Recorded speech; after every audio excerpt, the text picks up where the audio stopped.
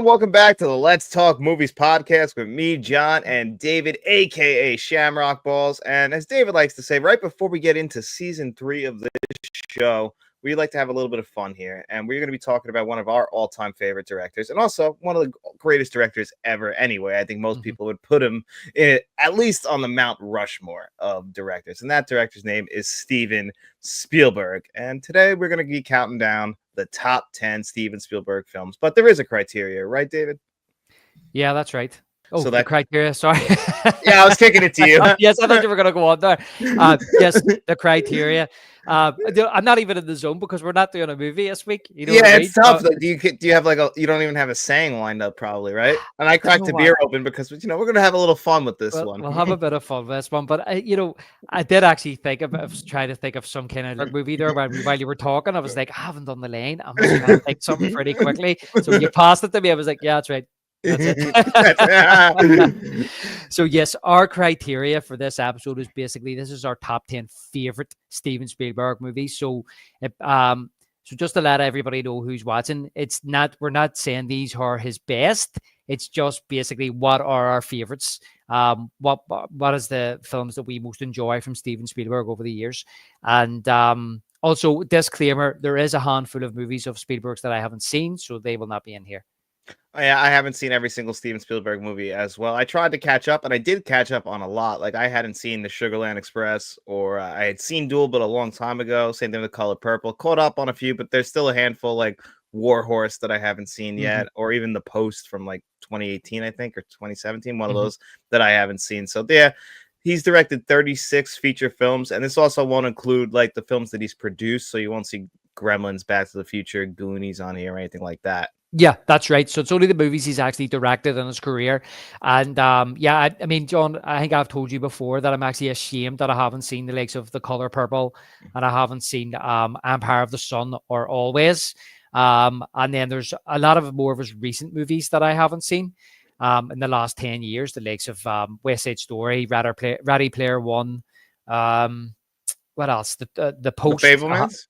I haven't even seen The Fabelmans yet either. So yeah, but I've seen it for a few of his movies, and but I'm ashamed. He is my favorite director of all time, so I really need to catch up on a lot of those movies. Yeah, I mean, me personally, as far as his recent stuff goes, I've seen them all except for like The Post, but I wouldn't say any of them reach the pinnacle of what Steven Spielberg is. Like, when you think of Steven Spielberg, I think you think of his 70s, 80s, and then even into the 1990s as far as his films go. I feel like he does taper off once you get to the 2000s, and his films, like, he's still a great director no matter what, but I just feel like a lot of those movies become one and done watches for me. Yeah, that's how I feel a lot with his stuff post 2000. Now, he made a handful of movies post 2000 that I really like. But I don't think I would revisit them as much as the movies before 2000. What I like about him is, in a sense, that I think we all clamor for that old Spielberg, the Spielberg I grew up watching in the 80s and the 90s. But I think it's like everything, John. We all change, and as an artist, he's changed, and he seems to want to do more adult, more mature movies. The older he has got, I know that early in his career he was accused of not being able to make a mature movie or an adult movie because he was always making movies with monsters in it or aliens or something like that, or these adventure films. And I think it's something that he was clamoring for. He wanted to be taken seriously as a director. It took him 20 years to win a Best Director Oscar, which is crazy when you think about it. Yeah, it's actually unbelievable. And it's funny. I never realized until recently, because to give you guys a little peek behind the curtain, after we do this, we're going to be talking about another movie that he directed. Maybe there's a hint of it somewhere in David's video screen over here. But, he was nominated for best film was Jaws the year it came out. It was nominated to be, best film that year, but he wasn't nominated for best director. Almost like, and I never realized how much, that kind of caused waves throughout the Hollywood system. Like, people were upset about that. I never understood that. And it makes sense. It's like almost like they were upset that he got kind of ahead that fast. I'm not entirely sure what it is. Yeah, he was snubbed. And, as you say, there's a great documentary on the Jaws Blu-ray, and you see Michael Douglas, who produced One Flew Over the Cuckoo's Nest, and Rona Barrett as well, who was one of the top kind of entertainment, I think, reporters at the time. Outspokenly saying, I don't know why Steven Spielberg was not director for this movie. She actually makes a point of saying that she doesn't understand how a movie can be nominated for Best Picture, yet the director does not get the nomination. And there was this thought for years he was snubbed by the Academy. In particular, Jaws, they said a movie that made so much money could not be that good, which is a weird thing to say. And I think he was nominated for Close Encounters a couple of years later, but he didn't win it. And again, when you go through his filmography, John, of the likes of like E.T. and things like that, it took him up till 1993, 94 before he actually won a Best Director Oscar. And I think that he was trying to start that kind of more serious director with The Color Purple, and then he done other movies like Empire of the Sun. And I loved how I actually seen an interview with him recently, and I found this very interesting, that he says the reason he made The Color Purple and Empire of the Sun was to get him ready mentally to make Schindler's List. And that really does make sense. And it's almost like there is two sides to Steven Spielberg. And you see it he has 3 years, I believe, maybe even 4. No, he has 4 years where he put out multiple films, and they're almost opposites of each other. One is almost like the other side of Steven Spielberg, where you have the guy who makes those adventure films that the family can go see, that all ages love. And then you have the other side where he makes that film that, it's the adult drama, the film that the Academy does notice, because in 1982, he's nominated for E.T. Most people feel like that should have won Best Picture that year. But what wins? Gandhi, and Gandhi's a film. I like Gandhi a lot, but how many people are going back to watch Gandhi compared to the year that E.T. came out, Poltergeist, The Thing, like these movies that have stood the test of time, whereas Gandhi was like in the moment. You just picture a bunch of like pretentious, snobby critics in the room going, well, he's telling the story of Gandhi here, but everyone else is like, yeah, but did you watch E.T.? Did you hear the score for E.T.? Like, that's filmmaking still, but it's almost like he had to come out and find this other side, this more serious side of Steven Spielberg for the world to see. See, that's what I'm saying about he was always being accused of being not a serious director. Or his work was immature because of the subject matter of his movies. And we can look back on hindsight. And for me personally, movies like Jaws and E.T. And even Raiders of the Lost Ark. Firstly, why can't the popular movie win Best Picture? It appeals to the masses, and that is exactly why I think that in hindsight, these movies should be taken more seriously, because they do appeal to young people, old people, women, men. Do you know what I mean? It doesn't matter. It appeals to everybody. To me, to have that kind of talent it's unmatched in my opinion. And as I say, he then goes down a road of directing more serious movies like the likes of Color Purple. And as you say, John, I think the Color Purple was like nominated for something like 9 Oscars, and it didn't win any. It didn't win one. Nope, didn't win a single one of them. And honestly, I went back and watched The Color Purple, and it's pretty good, but it also does kind of feel like those Academy Award nominated films where it's the message is almost overwhelming everything, and like the performances are great. It's just that it also doesn't. I don't know. There's just better Steven Spielberg films than that, in my opinion.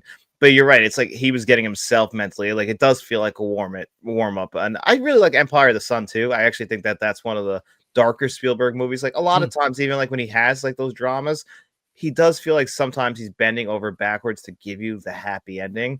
And Empire of the Sun does not give you that happy ending, which is good. I mean, how could it? Like even like Schindler's List, like even though it's a dark movie, kind of gives you that uplifting ending, like showing humanity could be better than like what we were at the time. Like it still sent you out of the theater like with at least somewhat of hope. Yeah, and that was another thing he was accused of, was being sentimental. A lot of his movies were very sentimental as well.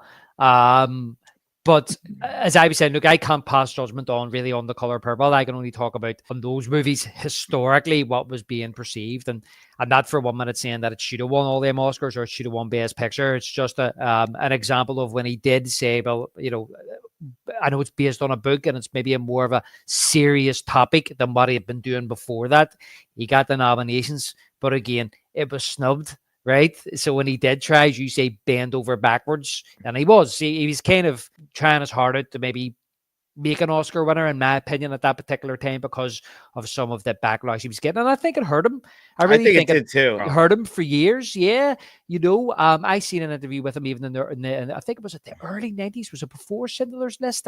Was it just after Schindler's List, about some of the things the critics were saying about Steven Spielberg because of his movies. And as I say, I just think that like when you look at his body of work, like it's so diverse. It's one of the most diverse bodies of work from a director you'll ever see, and the guy just doesn't stop.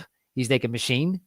Yeah, and yeah, exactly. He puts out, like I said, 4 times he put out 2 movies a year, but it always feels like he's got a new movie coming out. I think Stanley Kubrick only directed like 10 movies, and Steven Spielberg's directed 36, and then forget all the movies he's produced.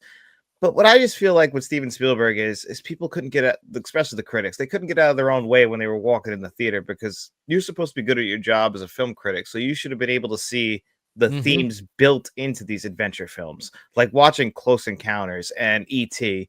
Like you don't see the divorce like built into that. Like it's years later they start talking about it, but at the time they just knocked this as a children's movie. It's like I feel like doing your job, you walked in there with a pre-existing thought of what the movie was going to be instead of actually going in there and looking at the movie for what it actually is. And I feel like that's why he was overlooked for so long. He shouldn't have done it. I get why they made him feel bad, but it kind of sucks that he almost feels like he got bullied into like succumbing to what they wanted him to be.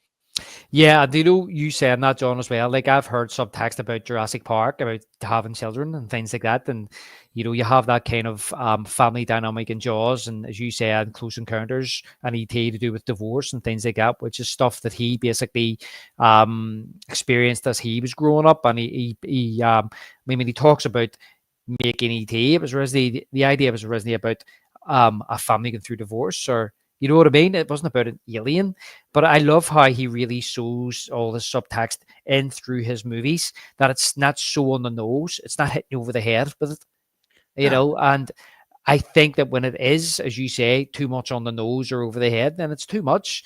And there's many films do that, and then they get all the plaudits, and it's like, but it's too obvious. Yeah, exactly. But that's what they look for, and it's almost like we award these people for being film critics when they don't actually do the job correctly. Like it's a shame. You're supposed to judge every movie on its merit, no matter what it is. But they almost feed into like what they believe a good movie is before they even go see it. Yeah. And I was listening to it was Robert Rodriguez was actually on Joe Rogan, and he said, and I looked, and I made have to look in this. He said Steven Spielberg contacted Robert Rodriguez to direct, what was it now? Was it Zorro? One of them movies, The Legend of Zorro. something like that. John. He ended up not directing it, but he says he couldn't believe it. He thought Steven Spielberg wants to work with me. So Robert Rodriguez says he went back and he watched Indiana Jones and the Temple of Doom, and he mentioned himself. He said, like, he says they slated Spielberg for making Temple of Doom, and he's like, I love Temple of Doom. He says, so I thought about it, and I thought to myself, Jesus, if they're slating this guy here for making that, what are they going to do to me if I make Sorrow? He thought to himself, if I work with Spielberg, I'll never be any better than when I worked with Spielberg. So he phoned Spielberg and he just said, I can't do it. And Spielberg says to him, why? And so he asked him the question. He says, how do you cope with that? I won't be able to do anything better after I've worked with you. And Spielberg just says to him, just keep moving. And Spielberg then went on to say to him, don't worry about it. Don't look over your shoulder. Don't look back. Don't worry about it. But what you got to do is create a body of work. That's what he told Rodriguez. And Rodriguez couldn't believe it. He came away thinking, he's right. Create a body of work. And that's that. I think I've talked to you about this before, John, on the podcast about, I always make a comment of having luxury of time, and money. That's one thing in filmmaking that I hate is people having time and money, because I think when you've got too much time, you can overthink things. I think when you've got too much money, you can just throw money at things to try and make things work. I think when you get somebody, I've explained before, it was James Cameron said it, or was it Spielberg said it himself? Basically says that directing or movie making is problem solving. It's always waking up every day and thinking, how am I going to solve this problem? And I think the great directors can pull it out of the bag when they're under pressure, and they've got restraints And I think that's when you see a real artist craft something, is when they're really up against it. And Spielberg's been up against it for a lot of his career, and he's pulled out some of the best films ever made. And that's why I hate when I hear about directors, as you said, only made 10 movies. Only. And okay, Kubrick has got he's got a great body of work. He's made sci-fi, he's done horror, he's done drama, he's done you know, but at the same time, there's a guy here who's just making quality movie after quality movie after quality movie. It's hardly stopped to take a breath. And listen, this movie, you might like this movie more than this movie. You might watch this movie more than this movie. You know what I mean? You may not like this movie at all, but love this movie. But one thing about Spielberg is every single one of his movies are so well crafted and are very good, and they'll always appeal to someone. I mean, I've heard people tell me that Catch Me If You Can is their favorite Spielberg movie. And I'll be honest, it's not a favorite of mine, but I do sit and I think to myself, oh my God, this is the man who made Jaws, Close Encounters, Raiders of the Lost Ark, Jurassic Park, even like Saving Private Ryan, Schindler's List.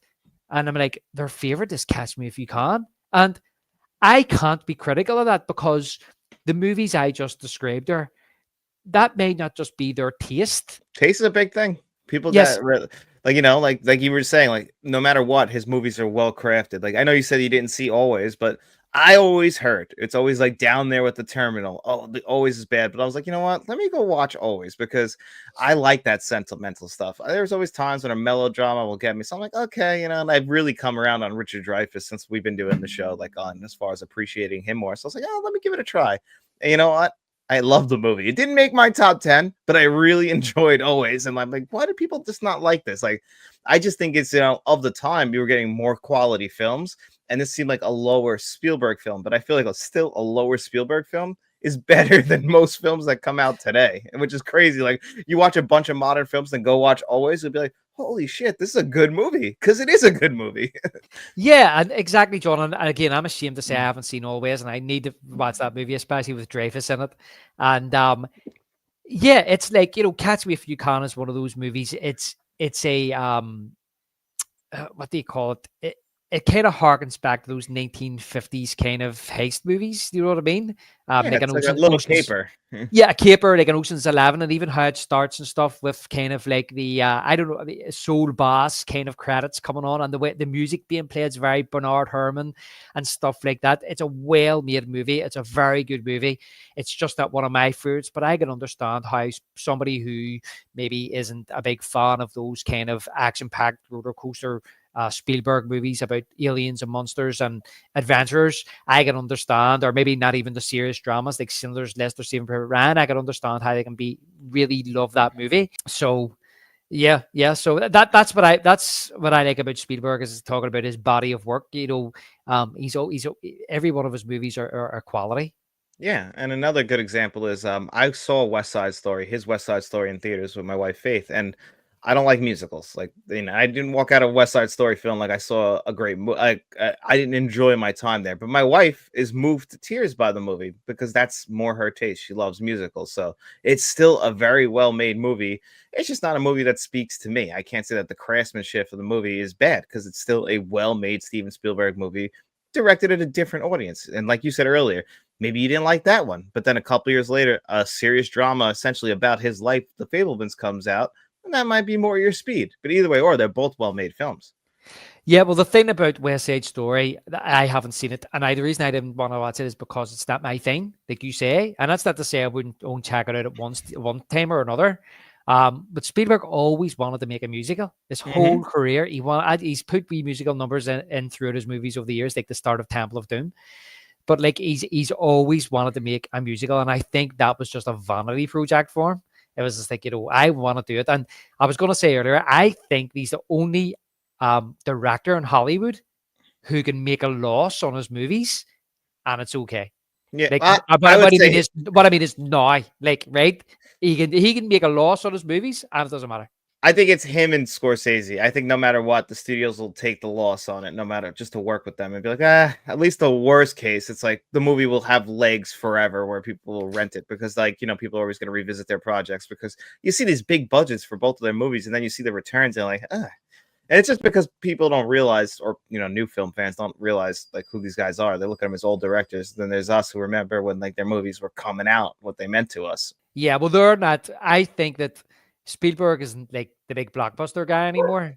Mm-mm. It's that people aren't sitting around. It's young people, and aren't sitting around going, "Oh, I wonder what the big Spielberg movie is this year." Or, when there's a big blockbuster coming out, it's not like Steven Spielberg's name attached to it. Whereas, like for like nearly 3 decades, that's what it was. Whether you say whether it was a produced by or directed by, um, because he's, as I say, he has matured as a director. He wants to do, I would say, smaller scale. He's doing more kind of dramatic movies than he has before. Every now and again he pushes out like a blockbuster type style of movie, like Ready Player One, and I believe his latest movie that he's actually doing at the minute is another UFO movie. Yep. So that'll be interesting to see how that pans out. Yeah, I'm excited to see how that goes. I liked Ready Player One. I haven't seen it since I saw it in theaters, but I had a good time seeing it. It felt like, the CGI was just crazy in it, but it still did feel like one of those adventure Steven Spielberg films. I didn't get that pull like Raiders of the Lost Ark or anything, but it was Yeah. pretty good. And before we get into the top 10 list, we do have some rules for how we're going to do this. So, me and David will trade one movie apiece, but we're going to talk about the film at the highest point on each of our lists. So if there's ever any overlap, we'll talk about it at the highest point. So if Jaws is higher on David's list than it is on mine, we'll talk about it when we get to it at David's point on the list. Jaws isn't on my list. I thought it might be, but I was wondering if it would sneak in there. No, I've said it's not on it. No, I know. So it should have been the rule says Jaws isn't allowed on it. Jaws, yeah, because I feel like it gives everything away. I mean, pull Gives up my it list. gives it away. See, just before we start as well, just talk about his sci-fi movies because one like sorry, is he not not a sci-fi movies, but is alien type of movies because he's done like Close Encounters, he's done ET, and I'll tell you one. It's really funny because I think there's certain movies that he's done that I think will get more appreciation as time goes on. And one of them is War of the Worlds. I don't think that got appreciated enough as much when it came out. But see, now looking back, I think that's a fantastic film. It is. I bought the 4K a couple of years ago for it, and rewatched it then. It is a very, very, very good movie. It's very enjoyable. I also really think that Tom Cruise and him, their relationship ended a little bit early because they went 2 for 2, and they only did sci-fi, but the only flaw I had with that movie was a little bit of just Tom Cruise in general. He's a little bit off-putting sometimes. And I love Tom Cruise. He's one of my favorite actors of all time, but something about him in that movie kind of threw me off a little bit. But overall, it's still a good alien invasion movie. And Yeah, a bad one. Like he did all the positive ones where the aliens are good. He actually did one where the aliens are bad. Yeah, exactly. For a change. So that's why I'm wondering what this new alien movie is going to be like. But like some of the sci-fi stuff might actually say Cruise, Minority Report, and then another one I loved, we'll see if it's in my top 10, is AI, which I know was a Kubrick kind of passion project that he never got off the ground. And he said to Speed, I'm not sure if they'd arranged this before he died, or he said, would you do it if I die? But I remember Kubrick actually, watching the documentary on Kubrick, and he did say that he couldn't direct it. He needed Steven Spielberg to direct it. He was like, this is a Spielberg film. It does feel like a marriage between the two of their styles because it's a little bit darker than a normal Spielberg film, but it still does have that Spielberg magic. So, I mean, maybe it'll make both of our lists. We'll have to wait and see. We'll have to wait and see. Yep. So, do you want to go first, or do you want me to go first? You go first, John. Age before beauty. Well, I think I have the age and the beauty, don't you think? I still have a little bit more hair left than you. Yeah, not much. This wouldn't be hard. It wouldn't be hard.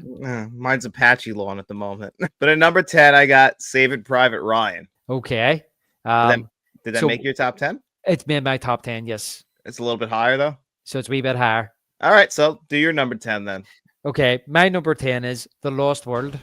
The Lost World? Yeah, that didn't make my top 10. So you can talk about that one. Right. So I've actually took a risk on this one because there's one that I may have put there that might be on your list. And I thought, do you know what? I'm not going to put that one on my list because I think this might be on John's. So just so we're going to have a wee bit of Lost World talk, wee bit of Lost World chat, because I know that you don't particularly like this movie. But for me, it is one of my favorite Spielberg movies because I was just at that age to see the phenomenon that was Jurassic Park come along into the world. I think it was 4 years later, the sequel and I was still like a mid-teenager, and I loved the first movie that much that I couldn't wait to see the second movie. And I remember them reporting on it, saying that this is going to be the first $1 billion movie of all time. There was so much kind of like hype around it and excitement around it. And I went to watch it, and I'll be honest, I like the movie. I've always liked the movie. Um, it wasn't as good as the first. It wasn't as exciting as the first, I don't think. I didn't think it was as rewatchable as the first, but I really liked it. And and then a little thing called the internet came along, and you find out that it's hated, and I don't understand why. Well, as you know, I put this one pretty low on my list. And I remember actually that summer of 1997, I call that the summer of disappointment because that's also the same summer that Batman and Robin came out.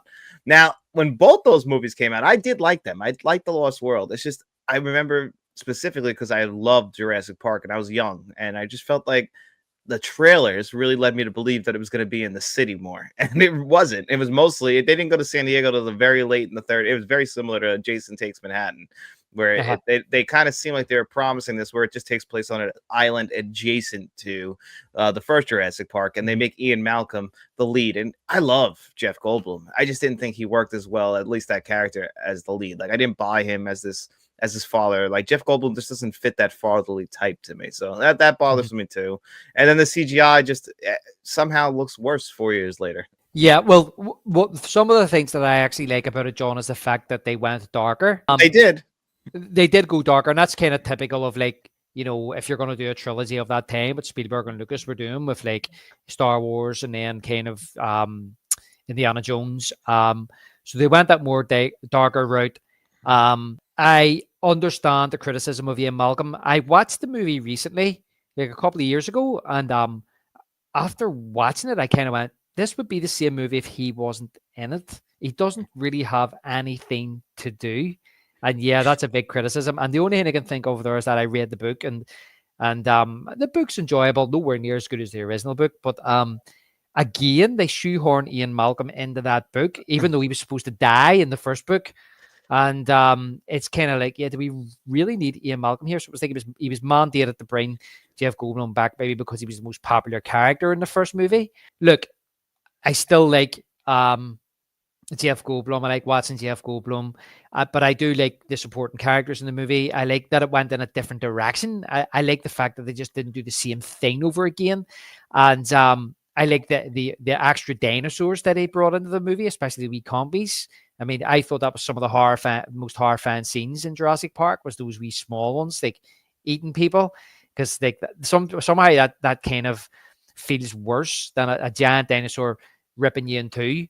You're not going to feel that too long. Them eating you alive, just ripping wee pieces off you until you bleed out. That's a wee bit more scarier. But again, talking of the big dinosaurs, it was good seeing 2 T-Rexes. One, Well, and it's a classic sequel. Got to double down. yeah, and listen, if there is a negative, well, the negative is, as I said about Jeff Goldblum's character, but I mean, yes, I think that it gets a lot of criticism for going to the city. And yes, it's a wee bit cheesy and stuff like that, but I don't know. I had fun with it. I liked it. I liked seeing the kid wake up in the middle of the night and looking outside, and the dog's gone, and the T-Rex is drinking out of a swimming pool. See, I love that. That's what I love about the movie. I love cheesy stuff like that. I wanted more of that. Like I didn't appreciate the darker stuff. And it's funny because 97 is just 93 all over again for Spielberg. He does a Jurassic Park movie, and then he does a serious drama. He does Amistad that same year for 97. So it's not as good as the original. It just I don't think that they match up as well personally. But there are moments in The Lost World. I love the scene with the Winnebago hanging off the cliff. That's a very dramatic, tension-filled scene. Classic Spielberg stuff right there. Absolutely brilliant, John. And one thing I love as well about this movie too, which always ties into what I always... You got a dinosaur creeping in. Yeah, I've got some little people up there. Jesus, shaking her head right beside my glass cabinet. Come on, sit down here, you. Don't want you smashing that. Shake her head and it. One thing that I always say about some of my favorite movies of all time have great scores, and John Williams returned to do the score for The Lost World, and I think it's better than the score for Jurassic Park. I think the score for The Lost World is outstanding. That's a bold statement. I think I've said before, I have to go back and double check. I mean, Jurassic Park, the original one, has one of my favorite score pieces, just in general, pieces of music in history, I think it just matches up perfectly when we first see the like when Sam Neill first sees the dinosaur and like turning her head and just that big moment in Jurassic Park. Like the score matches up to that perfectly. But overall, as the score, like I know you're a big Jaws 2 fan too, as far as the score Yeah. goes compared to the original. So, and you said many times about John Williams that he doesn't like to repeat himself. No, he doesn't, and that's what I'm saying. I feel as if the score, and obviously, don't want to spend too much time in the Lost World here, but I just feel as if the score in the Lost World is more akin to like a King Kong, whereas like Mm. you have all that wonder and stuff in the original Jurassic Park, you know, and the score does get darker when the dinosaurs escape in the first movie and stuff, especially at nighttime when there's a thunderstorm and stuff. But this is more kind of uh, it's more kind of what's the word? It sounds more prehistoric. It sounds more caveman. It sounds more kind of, you know what I mean, out in nature. This score that he has in this, and he has like a motif just for the raptors, and you hear it every now and again playing when they're traveling through. Because remember that the raptors are slowly like hunting them down. You know, one of my favorite parts of the score is that when they go into the long grass and you hear one of the guides shouting and saying, "Don't go into the long grass." And when you're going through, there's one lane where the humans are going, and then there's like a bird's eye view, and you kind of see all the different lanes of the raptors heading towards the party of people that are trying to make their way off the island. You know, and they can't see them coming. I got some brilliant scenes, and then they make it to the old island, and I loved when they get back to the old island, and you see like all the kind of like the old paraphernalia of the original movie, but it's all overgrown and it's, you know, broken down and things like that. This is stuff that they're doing in the modern trilogy, what they've already done in the Lost World, and I just don't like. I don't understand the hate. That's why I had to put it in there. When I Hey, thought about like what's number 10 for me, there's a couple that could have put there, but I was like, you know what? No, I'm going to put the Lost World because I want to talk about it. and you know what? That's fair enough because I appreciate it, and you're so good at it. Yet you make me rethink my own position on the Lost World, and I haven't watched it in 3 years. But I'm like, should I go back and rewatch it now from a different perspective? I don't know. You sold me a little bit. You should watch it and then afterwards listen to the score. Hey, that'll work. So, my number 9 though is Minority Report. That's not on my list. That's not on your list. Wow, I'm pretty surprised. I thought Minority Report might make it. I love Minority Report though. It's based on a Philip K. Dick story.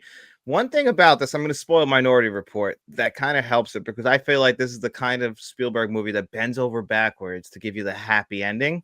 Like everything works out for Tom Cruise. He exposes who the real villain is at the very end. You know, Max von Sydow's the bad guy all along. Um, I like to think that when he gets put in the prison and he gets that, you know, the whatever, you know, he's going to be stuck in the same kind of mindset now forever. That's like the prison that they have there for these kinds of people who commit these crimes. I like to think that that's what they're showing him is the happy ending. In reality, he's still in this prison. It's not. Right. I like to look at it from that perspective, like a lot like Blade Runner, which is based on a Philip K. Dick story as well, which gives you that ambiguous ending. And I think if Steven Spielberg is doing a Philip K. Dick story, he snuck that in there intentionally because it just feels like that. Like everything just works out so well for Tom Cruise at the end when it wasn't going that well for him leading up to that moment. And also, as far as the film goes, I think it's beautiful. Like this is still Yes. shot on film, but he bleached the actual film to give it this like almost no color in it. It's just everything about it, like the technology, like almost predicting a lot of like what technology would become in the future. Great Tom Cruise performance in there. For me, it really works. Yeah. You know what? It's one that I haven't seen in a while, John, but it is one of my favorites of Spielberg. It's just not a top 10 for me. It's hard Um, with him. it is so hard. Like we had touched on earlier there, you know what I mean? You know, I don't want to give anything away, but there's certain movies that he made post 2000 that are excellent movies that I would go back and rewatch. And that is definitely one of them. Yeah, I think that's a really good one. But what do you got at number 9?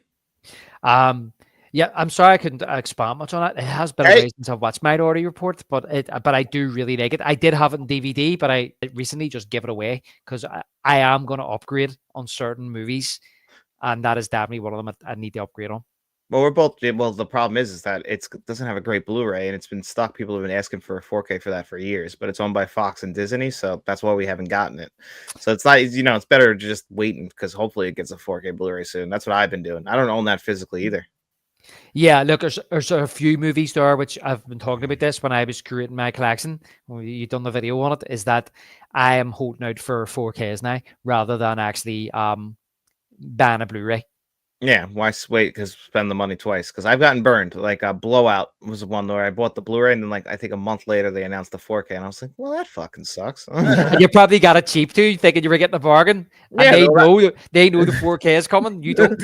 they do. They know exactly what they're doing. They're like, I'm thinking I'm getting a smoking deal here. Like I've been waiting Yeah. for this to come down. It's like, well, that's why it came down now, isn't it? So yeah, so that's what you gotta watch out for. See when something comes down in price, right? Yeah. It's like, oh, what's up here? There's something up either special edition's coming or it's coming to 4K. They don't just give that stuff away for free. No, no, no, no. They're just clearing their stock so they can bring in the new stuff.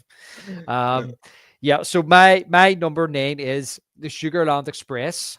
Oh, nice. That's a good one. I just watched this for the first time on your recommendation. I meant to watch it for a long time, but you sold me on it, and you did not disappoint. Yeah. So is it on your list? To take it, it's not on your top 10. No, it didn't make my top 10 list. I only watched it once, but right now it would be in that like 11 to 15 range. You could see a lot of the bones of Spielberg and like the future Steven Spielberg in that movie while you're watching it. Yeah, exactly. And this was cosmetic, a real fine surprise. When It I watched really is. it really is. I feel as if John, me being a obviously a Spielberg fan first, well, a Jaws fan first and a Spielberg fan as well.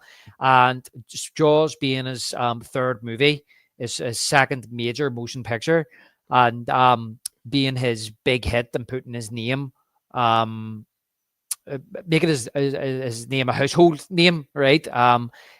It was kind of like, well, where did he come from? And looking back and seeing that Sugarland Express was actually directed by the same producers who produced Jaws, and not only that, it's edited by Verna Fields, who edited Jaws, and not only that, it's got music by John Williams, just like in Jaws. And I think that was the first movie that they worked together on, was the Yep. Sugarland Express, and I had to watch it. So, I picked it up on DVD years ago and I gave it a watch, and I was pleasantly surprised that it's such a fun movie and such an underrated movie by Spielberg, because I think that because of the success he had with Jaws and then Close Encounters and then Raiders of the Lost Ark and then E.T., it's kind of forgot about. And it's just it's a very raw movie. Like you say, you can see the seeds of what will become Steven Spielberg, but I just find it, for his age at that particular time, it's well crafted. It's a very interesting story. It's got great performances, and it's funny, but with a Very funny. but with a very serious kind of undercurrent. It gets darker as the movie progresses. Like early in the movie, like I could see the guy who wanted to make 1941. I'm like, I always forget that Steven Spielberg is a funny guy. He just can't do straight comedy. But like, this is the joke where they took the car, the people's car, the old people's car that they stole. I love that they left them there, and then the cops show back Right. up, like, and they're like, "Are you these people?"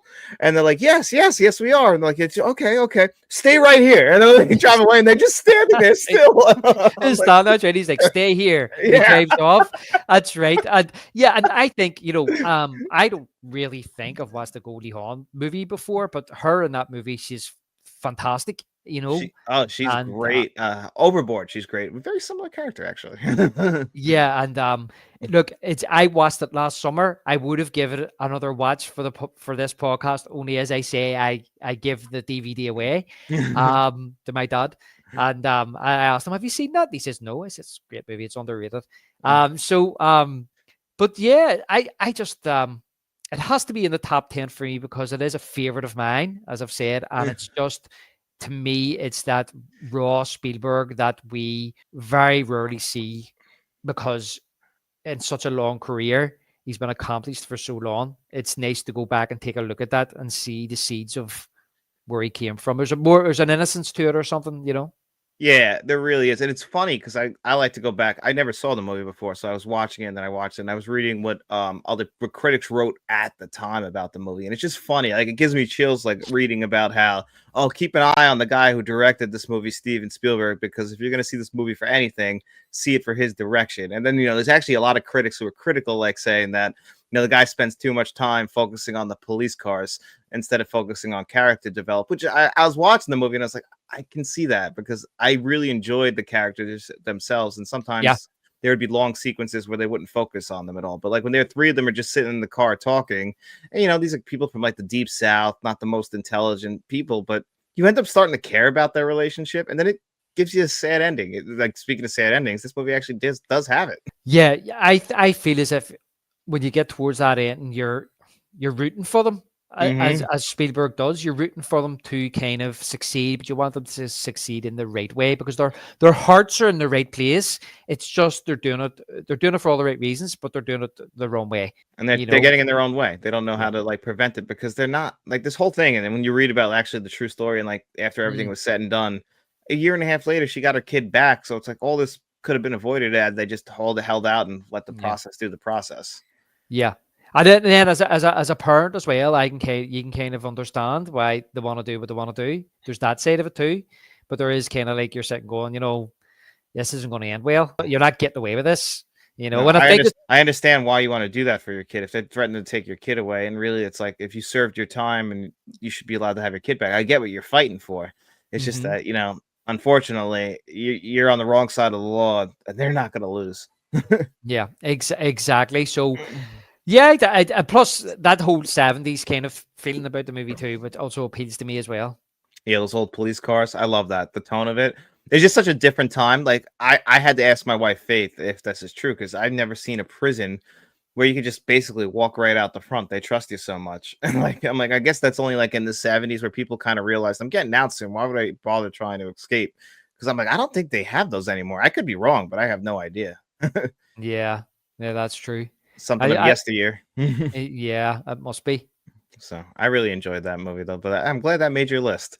I'm just gonna say my number 8, but I already know it's higher on your list, so that's Jaws. Jaws is number 8. Yeah, Jesus. I knew that was a little low, but I had to do it. Number 8. My God, I'm disgusted, John. Disgusted. I knew you would be. No, listen, I'm glad it made your list. I am happy it made your list because, look, as I say, it's maybe not for everybody, It started at 10, like I was gonna have it on my list. It's actually moved up. That's kind of like me putting The Lost World in just because I wanted to talk about it, right? Yeah, like I was like, I have to have it, but I've watched it twice and 2 documentaries in the last week, so I'm like, it's moving up my list. Yeah. But watch it again, then you may be down at number 6. You never know. I might keep moving up. But listen, George, some of us have taste, and then some of us don't. So. Exactly. No, I get it. I'm only kidding. But we will get the Jaws fair enough. And I'm going to go for my number. Hold on a wee second.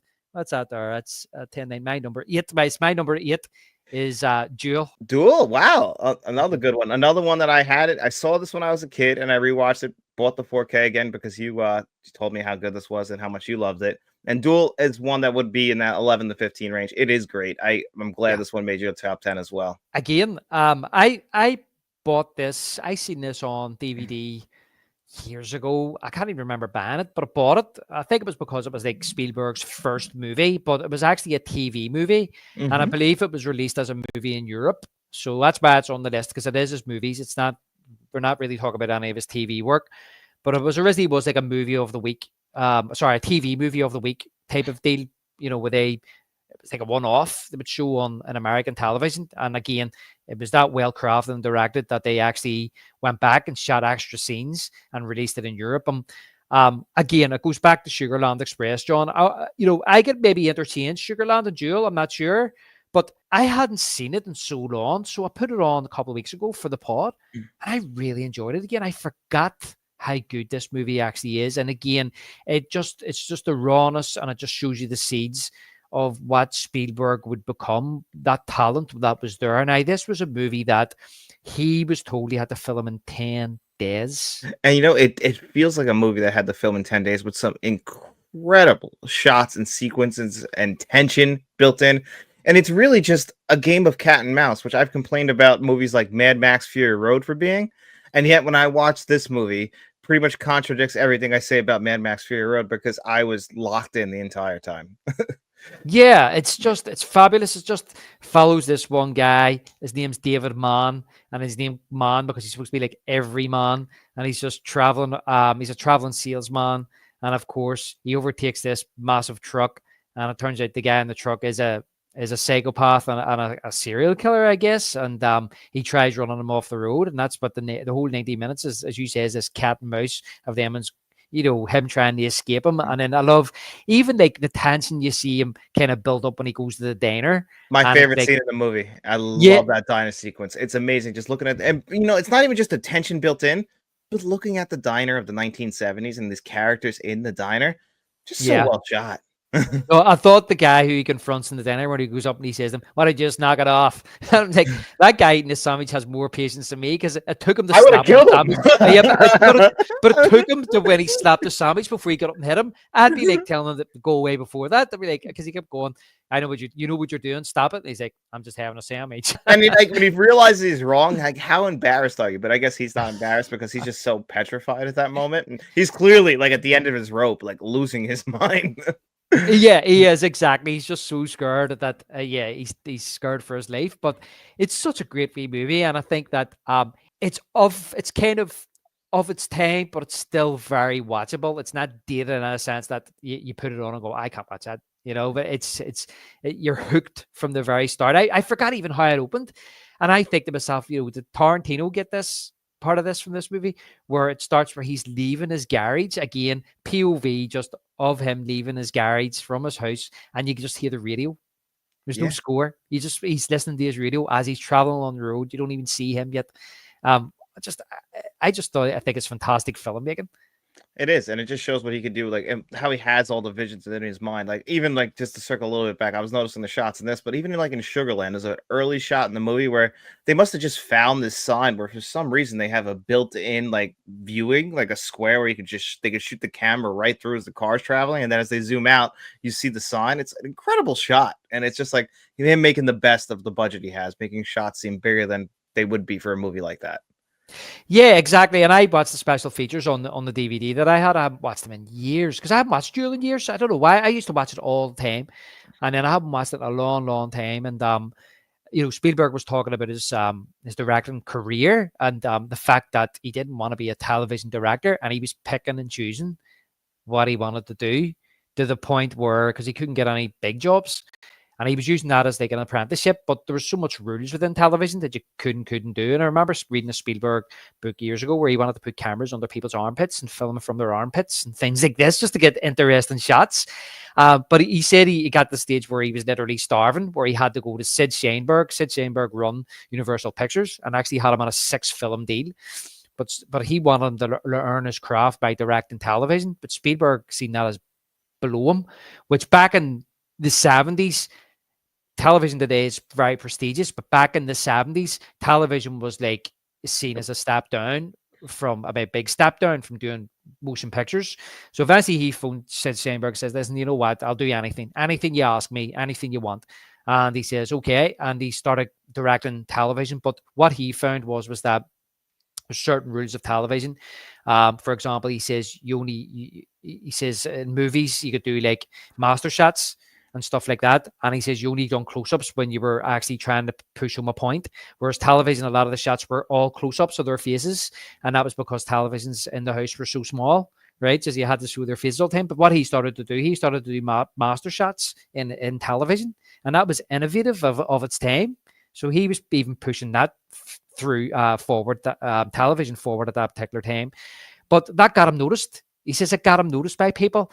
And then he was offered, which we were going to talk about, John, we mentioned this. He got offered the first ever episode of season 1 of Columbo. Yeah, which we kicked around to like whether that should make the list or not, but we decided to keep it to films he's directed, even though he did direct that. And it's funny how people remember that episode. I mentioned it to somebody at my regular job, and he's like, "Oh, I remember that episode." He's like, "Steven Spielberg directed that?" And I'm like, "Yeah, that's the one with like the dentist, right?" No, it's not. No, So it's not the dentist one. So he remembered the wrong episode. No, it's not. It's called Murder by the Book, and it's about an author who gets murdered by his partner. And it turns out that he was kind of shadow writing his partner, and he was going to buy his partner out, and his partner didn't want to be bought out, so he murders him. It was the first ever episode. It came out like 1971 or 72, but it is a brilliant episode. But the reason I'm bringing it up as well, we're talking about a TV movie. He said that once he got the first episode of Columbo, he actually said it was the best ever script anybody had ever given to him in his whole Wow. career. Yeah, he says that's how good it was, and he thought to himself, I can't remember what the budget was. He mentioned it, and he says, Jesus, I've got a really nice budget here, and he thought to himself, I'm actually going to film this like it's a movie. That was his mindset, you know. And when you think about the legacy of Columbo, you know, it all. I know there was pilot episodes before that, but it all started there, and I'm wondering how much of that episode had an influence on the series after that. I wondered. I'm thinking about it because if that's when they first started that, I love Twin Peaks, and the first episode of Twin Peaks was shot also like a film, and that was like kind of like the pilot that sold the show, and Mhm. that was something that they used to do in the '80s. I wonder if that started with Columbo, where the first episode, like almost like the pilot itself, is filmed like a film because maybe if it doesn't work, it's like you could sell it as a movie. Yeah, well, there was pilots before that, John. So there was, I think, Oh, there was one or two pilots before that in the late '60s, and I'm not 100% sure whether or not that was the reason why they decided to do the series. This was just the first episode of the series, which they give to Spielberg because of other television work he was doing at the time. But what I'm saying is that, you know, if he just filmed what was in the script, which is the normal formula of Columbo, which is you see the murder at the start, and then Columbo comes in later, and then it's just about you as an audience member know who the murderer is, and it's all like again a cat and mouse about how is Columbo going to catch him, or hmm. how is he trying to outsmart Columbo, but Columbo's always one step ahead of him, and it's watching the murderer make a fool of himself to the point where he ties himself up where Columbo catches him. But I'm just thinking here, I wonder how much of Spielberg's influence on how he directed that first episode of that series, how it impacted the later episodes about how they decided to film a television series because it wasn't the conventional way of doing it. But Spielberg said that then got him noticed to direct Duel, so it had that domino effect. He had that progression up, yeah, and honestly, it all culminates with Jaws. Like basically, that's when he made it. But everything leading up to that, I mean, it's like like a big 5 year run essentially from that point. When you think about it, because there's what two? Because it's only 1 year after Sugarland does Jaws come out, which is pretty crazy when you think about it. Yeah, Sugarland 74, Jaws 75, and then he was in post production of Close Encounters after Jaws, and that went on. Actually, he wrote Close Encounters before Jaws, and he was in talks to direct it before Jaws even came out. So that came out in 77. Yeah, because Sugarland wasn't a success, and which is crazy because like most times, like when something fails like that, you wouldn't think that they would get that quick turnaround. But everybody, like you said, the two producers, they worked on Jaws, the same editor. They must have just liked exactly like just the film itself was successful enough in their eyes. They're like, okay, if we just get the right property underneath him and everybody else, we got it right here because everything's just progressing forward right now. Right. Well, he had Sid Sheinberg, as I mentioned, on his side, fighting his corner. But once when he made Sugarland, I think that was through Universal. Richard Zanuck and David Brown seen him every day on that and knew he was special, and they wanted him for Jaws. They were like, this guy's going to do something great with this movie. So the fact that, as you say, Sugarland actually got really good critical reviews, it really did, but it wasn't a commercial success. Yep. And which is a shame because, like we said, it's a good movie. It's just like maybe they didn't market it correctly or what. I don't know. But yeah, the critics, but sometimes that's what it takes. That's how it used to be. Like people kind of think of like directors today, like they come out of the gate swinging and like they have their first film be a great film. The natural progression of a director back in the day, which is why Spielberg was on that track, was you kind of did TV, you learned, and then eventually, directors used to just be like in the studio system where they got assigned a movie. Like, you're gonna go direct Yeah. that movie right over there with this script, with these actors, go do it. And that's just how they saw directors. It wasn't the Artur's vision wasn't always going on then. Listen, exactly. That's what he actually said. He said that he didn't want to be a journeyman director in television. And when he was starving, he said to Sheinberg, I'll do it. And he says, you'll be a journeyman. And he went, yes, I'll be a journeyman. He didn't just come out and make Jaws and all of a sudden he's a superstar. The guy earned it and learned his craft, even though he was bags of talent. And funny, I mean, I'm a big Columbo fan. The amount of directors that you see pop up in those 1970s and late 80s, early 90s Columbo episodes, half of them you probably never heard of, but there's the odd name pops up and you go, I know him. I know what movies he directed. Like, for example, what do you call your man that directed Silence of the Lambs? Oh my God, Jonathan Demme. Jonathan Demme. I should know that. He directed an episode of Columbo. Yeah, I mean that's just how it kind of was back at the time. That's what you did. You earned your stripes. You almost had to eat shit before you got to get that grace. Like they're not just gonna like they nowadays like people almost get given gifts like whether it be in professional sports or in films where they get a carte blanche to make what they want. It's like you got to earn that check. You Yeah. got to do a lot of. You better play ball a little bit at first. Yeah, but do you not think it's kind of like you mentioned there about sports? I mean, do you not think it's kind of like a boxer, say journeyman? It's like you go through an amateur career and like you win something like you might win 100 fights but lose five, and then you realize, well, I'm going to move up to pro because I've got talent. Mhm. If you're a really good television director, and you've got like 100 credits to your name by the time you're 25, 26, then maybe it's time to step up and say the television shows that you've actually directed are actually, successful series. That's where you're learning your trade. That's where you're learning your craft. That's probably where you're learning how to direct actors. That's where how you're learning about lighting. That's how you're learning maybe how to set up a shot. That's what you're learning all these bits. Maybe you learn a wee bit about editing and things like that, and Well, it's maybe funny you said all tailoring a that. script. And then that's the next step if you want to do movies. It's kind of like, well, let's take on something a wee bit larger, right? And then see how I go. But I think it's like everything, John. Everybody wants everything. Everybody wants everything yesterday. Yeah, and that this doesn't work out that way. You have to do the legwork. I think actually it's funny you said that all because Tom Cruise talked about this recently about actors. He's like, actors don't even know what kind of lenses they use on the cameras. He's like, when I was coming up, you had to know what you were doing still, even if you weren't doing that job. You need to still Hmm. understand how a film is how a film is made. Like he's like, they don't go sit in the editing bay, see how a film is edited. He's like, they just go out there, act, and they think that they did a good job and walk away. I'm paraphrasing, but that's basically what he was saying. And I'm like, that is so true. It's just everything now. Everyone wants everything like given to them. Like, oh, I'm a good looking person. I should be able to act in this. It's like, but you're not willing to do all the work. Like you should understand every aspect of Yeah, your career. And I think that's what they were trying to like get because I mean it failed in the studio system before that. Like, in the 1970s, it had only been like 20 something years or 30 years since Orson Welles came along and he was given carte blanche for Citizen Kane. But the guy didn't know a goddamn thing about making film. Like he just knew how to tell stories. Like they brought him on the set and he had no idea how to, set up a shot. He just thought yeah, he knew how because he came in with that arrogance of like, I'm this great storyteller. yeah. And I think as well, I think that the problem is the people that want to be famous and make loads of money, they've got their priorities wrong, right? Hmm. If you it's like, you used to watch the X Factor and just ask the question, why do you want to be, why do you want this? And they'd be like, to be famous. But to me, right away, that's the wrong attitude. You shouldn't want Hmm. it to be famous. You should want it because you want to sing, you want to perform in front of people. To me, the fame and the money's a byproduct of actual of the art of the talent. If you're good at something, the money will come. Yeah. It doesn't matter whether or not you're a sports star. It doesn't matter if you're an actor or a singer. I think if you're good at something and you can sell what you're good at, then the money and the fame is a byproduct of it.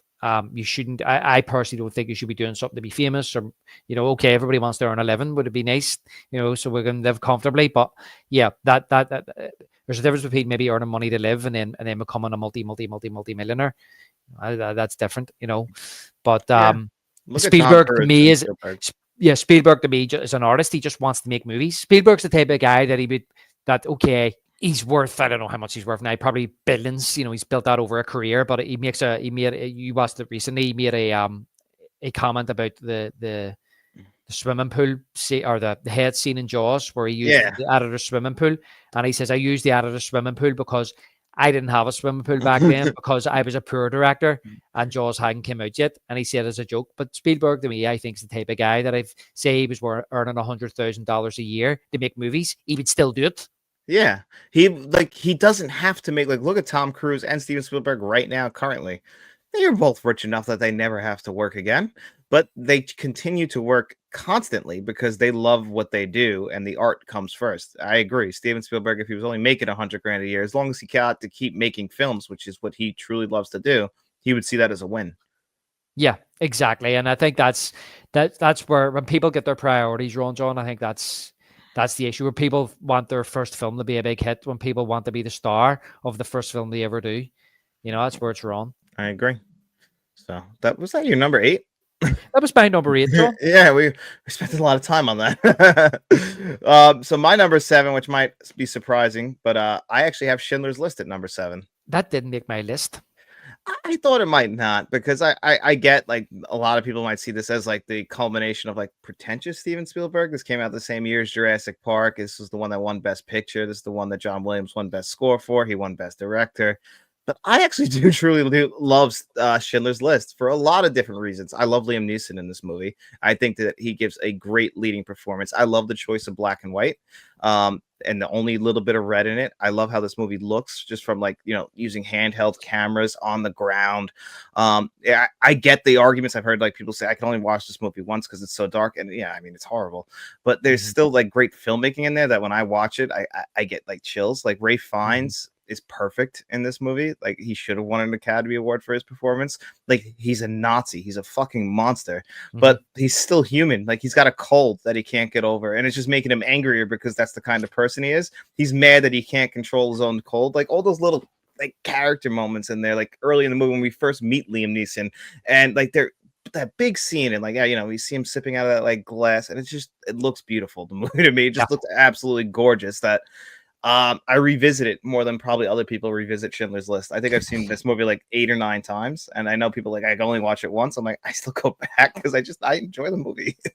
Yeah, I think I've seen it about 3 or 4 times. I do have it on Blu-ray. I had Okay. it on DVD as well. And I think when I had that DVD, John, I might have only watched it once. And then I I seen it. got the 4K. You got the 4K, right? So Yeah. it looks even better then. But here, no, I remember being in school, a history class, and one of our classmates brought it in on VHS for us to watch, and we watched some Mhm. of it in class. I don't think we ever got to the end of it, but I don't know if that was the first time I seen it. It's not the first time I seen it all the way through, and then it was on Sky Movies in the 90s at some stage, and I watched it then, and I'm not. I don't think I seen it again until I had it on DVD, and I probably only watched it once on DVD. I'm near certain. And again, and then I got it on Blu-ray a couple of years ago, and I actually I've watched it once since. And it's not. I'm not saying it's not the type of movie that I go, oh, I can only watch that once, can't watch it again.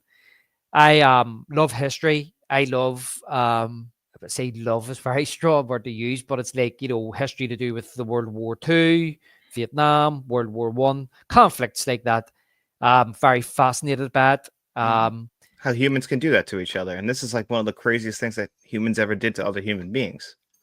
yeah, and so movies like that, like, if I love Platoon, I love this is another war movie that you have to, well, it's essentially a war movie that you have to watch, and it's just one of those movies that makes you feel empty after watching it. And that's the difficult thing. It's not one of those things that you want to revisit again and again. But as you say, it is absolutely beautiful. It's a beautifully filmed movie. It's a really well told by Spielberg, and it's very well acted, and it's a powerful film. And as I said, look, we're talking favorites here. I was nearly going to put this somewhere in my top 10 at one stage, but I kind of thought to myself, you know what? As I've explained at the start, when I'm talking favorites, I can't put it in as a favorite because I don't revisit it as often maybe as some of his other work. Yeah, I felt like when I was putting it on, I was like, I'm surprised I like hot, but I do revisit it a lot, and that's like one of the things that I always do enjoy the film. And for as dark as it is, like you do kind of appreciate Liam Neeson's character throughout and how he feels at the end, like wanting to save more people. I like the humanity in there in his character and seeing that, and I think that's what that and the cinematography is what brings me back. Well, that's what I was going to say to you there. It's you're a cinephile. It's the filmmaking aspect that I feel probably brings you back to that movie, Hmm. how it actually looks. And that's not to say that's the only thing it's got going for it. It's not, you know, it's a harrowing story to tell. That's what's hard about going back to watch it again. But it's based on a true story, and as I say, it's important because of that. I mean, and when you hear the stories about him filming in Auschwitz and how seriously he took the filmmaking about it, and how he, like you said earlier about The Color Purple, was him getting ready to do this. Like, 'cause it was years, and originally Martin Scorsese was supposed to direct this, I believe, and Well, it Martin was was supposed to direct something else, and they switched. I can't remember the exact story. Well, if I can remember correctly, John, because I say I watched this on Blu-ray. I got it a couple of years ago and watched it in Blu-ray, and I can't remember if I watched the special features on it. But if my memory serves me correct, Sid Sheinberg, who we mentioned earlier on, who was head of Universal Pictures, and him and Spielberg were very, very close. They called them the two S's: Sid Sheinberg, Steven Spielberg. He was like, well, apparently they were like brothers. Although I think Sheinberg was a good bit older than him. But he took him under his wing, and he was kind of like the one that kind of not his understudy at Universal, but he was the one that kind of looked after him at Universal in the beginning. And he bought it for Spielberg in the early 80s, around 80 or something, or 81. And he said to Spielberg that I want you to direct this. And Spielberg read it and says, I'm not ready. I'll let you know when I'm ready. But I think at one stage, you're right. I think Spielberg had Cape Fear. And That's it. Scorsese was going to direct Schindler's List, and they swapped. Yep, because they were friends, and I think because this is in the Spielberg documentary I saw, the one that's on HBO, and he said that he didn't think that he was able to do it justice, so he gave it to Scorsese to do, but then he wanted it back, and he gave him Cape Fear, and that's how they ended up like with that. Because when Scorsese said, because Steven Spielberg is Jewish, if somebody should direct it, it should be Steven Spielberg if he wants to do it. Yeah, and funny you saying that. I love the story of John Williams when he goes to asks John Williams, who he's collaborated with most of his career. He asked him to do the score to Schindler's List, and I'm not sure if John Williams must have seen a rough cut of the movie or something. And afterwards, he said to Spielberg, "I can't do this." And he says, "Why not?" And he says, "You need someone better." And I think it was the subject matter, and maybe I'm not sure. I don't think John Williams is Jewish or anything. I could be wrong there, but I think maybe he had that kind of feeling about it. Maybe you should get somebody who's Jewish to do it. Maybe that's what he was thinking. I don't know, but he says, I'm not good enough to do it. And Spielberg says, you're right. He says, but they're all dead. The lightheartedness of them, their relationship. Yeah, and I love it. I think he says, you're right, Johnny. He calls John Williams Johnny. Everybody else calls him John.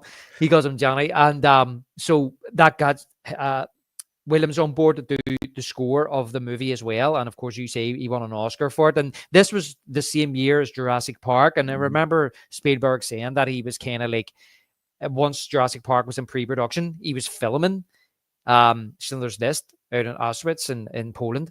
And he says he was coming home kind of like emotionally and mentally drained every day and having to try and edit Jurassic Park. And he says he kind of regrets that because he feels as if he wasn't able to give it its full attention because of how much of this other movie was kind of taken out of him, with the emotion of it. And like Johnny was sending him like the score to Jurassic Park to say, what do you think of this? And he was listening to the score to Jurassic Park going to and from the set. Yeah, I don't know how that man does it. He has to be a workaholic, because that's got to be your entire life. It's just like you're in Jurassic Park and in Auschwitz. Like that's a crazy day. I know. But other people would be like, I'll do Jurassic Park this year, and then I'll take a break. Then I'll do Schindler's List about 95. No, he's like, fuck it, just do it the same year. I'll do them both. So I got other movies I want to make down the line, so I got to do these quick. I want to do the sequel, the Jurassic Park in 97. So we need to get Jurassic Park out now. Yeah. And I really got my eyes on Amistad after I'm done with this one. So he's nuts. Yeah. But what's your number 7? Okay, my number 7 is, I didn't write the numbers, so I'm having to count. Oh, that's why I'm looking. I should have wrote the numbers. See, I got it on a letterbox, so I have it in order already. I made an actual top 10 list. Yeah, no, I do. I have it in order, but I just didn't write the numbers beside them. So I'm like, where the hell am I? My number 7 is Saving Private Ryan. Okay, yep, that was my number 10, so we can talk about it now. Yeah. Okay. Do you want to go first since it was your number 10? Yeah, well, I mean, like, I'm like you. I'm a big history buff, especially from World War II and finding that all out. And for me, when this movie came out, I didn't see it right away. But when I did eventually catch up to it, I think when the show came on HBO that was also produced by Spielberg, I can't remember, Band of Brothers, I went back and watched Saving Private Ryan. And the Normandy beach sequence alone is just incredible filmmaking. And to hear that all the people who fought in World War II said, like, yeah, he got that pretty accurate. And that's scary. Like, that's just like, as somebody who can put themselves, like, if you can just mentally put yourselves, imagine that. Like, most of those people went to their death that day and probably knew it. And and then when you see it, like, it's horrible. Like, it's just heartbreaking, but the filmmaking is incredible. And then once you get past all that, then you get involved with all these different soldiers and everything they're going through. Tom Hanks's character, you like even I mean, this supporting characters are not really the greatest actors in the world who give great performances in this movie, Yeah. like Vin Diesel. You know, like it's just great support, and then just incredible war filmmaking. The whole film has you locked in until the very end, even though it starts off the movie with arguably its best scene. Yeah, that's right. And I remember this movie when it came out. I remember kind of like it was I think the first I kind of heard about it was there was a British movie show, TV show used to be on. I think it was like a Thursday night or something. Barry Norman, he was a movie critic. And I remember hearing that, it was advertised, we're going to have Steven Spielberg on. We're going to interview him about his new movie, Saving Private Ryan. And me being obviously a Jaws nut, at that particular time, I was becoming aware of, well, it was been a few years in actually, because I've been to Universal Studios in '93, so it was a few years later, and I was like, oh well, here's the guy that directed Jaws. Maybe he'll talk about it. So even though he's not going to talk about Saving Private Ryan, in my head, my teenage head, I was thinking maybe he'll talk Jaws for a while, So I'm like, I want to watch this Barry Norman interview with Steven Spielberg. And of course, he comes on and starts talking about this World War II movie. And they're showing scenes from the movie, and they're showing behind the scenes footage. And it was actually filmed here in Ireland as well, which I couldn't believe. I was like, oh, he was here and he filmed it here. So a lot of the beach scenes. And I was like, I have to go and watch this movie. And yes, I went to see it in the cinema and absolutely blown away by it.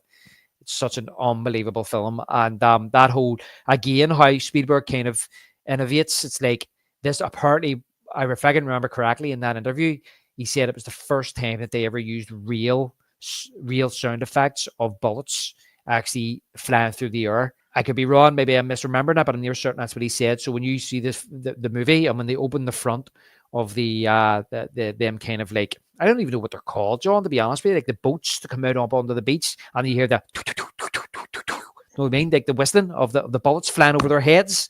That is the first time that ever used that in a movie. And apparently that's what it really actually sounds like for people that were getting fired upon, of the bullets flying over their heads. It's like a whistling sound.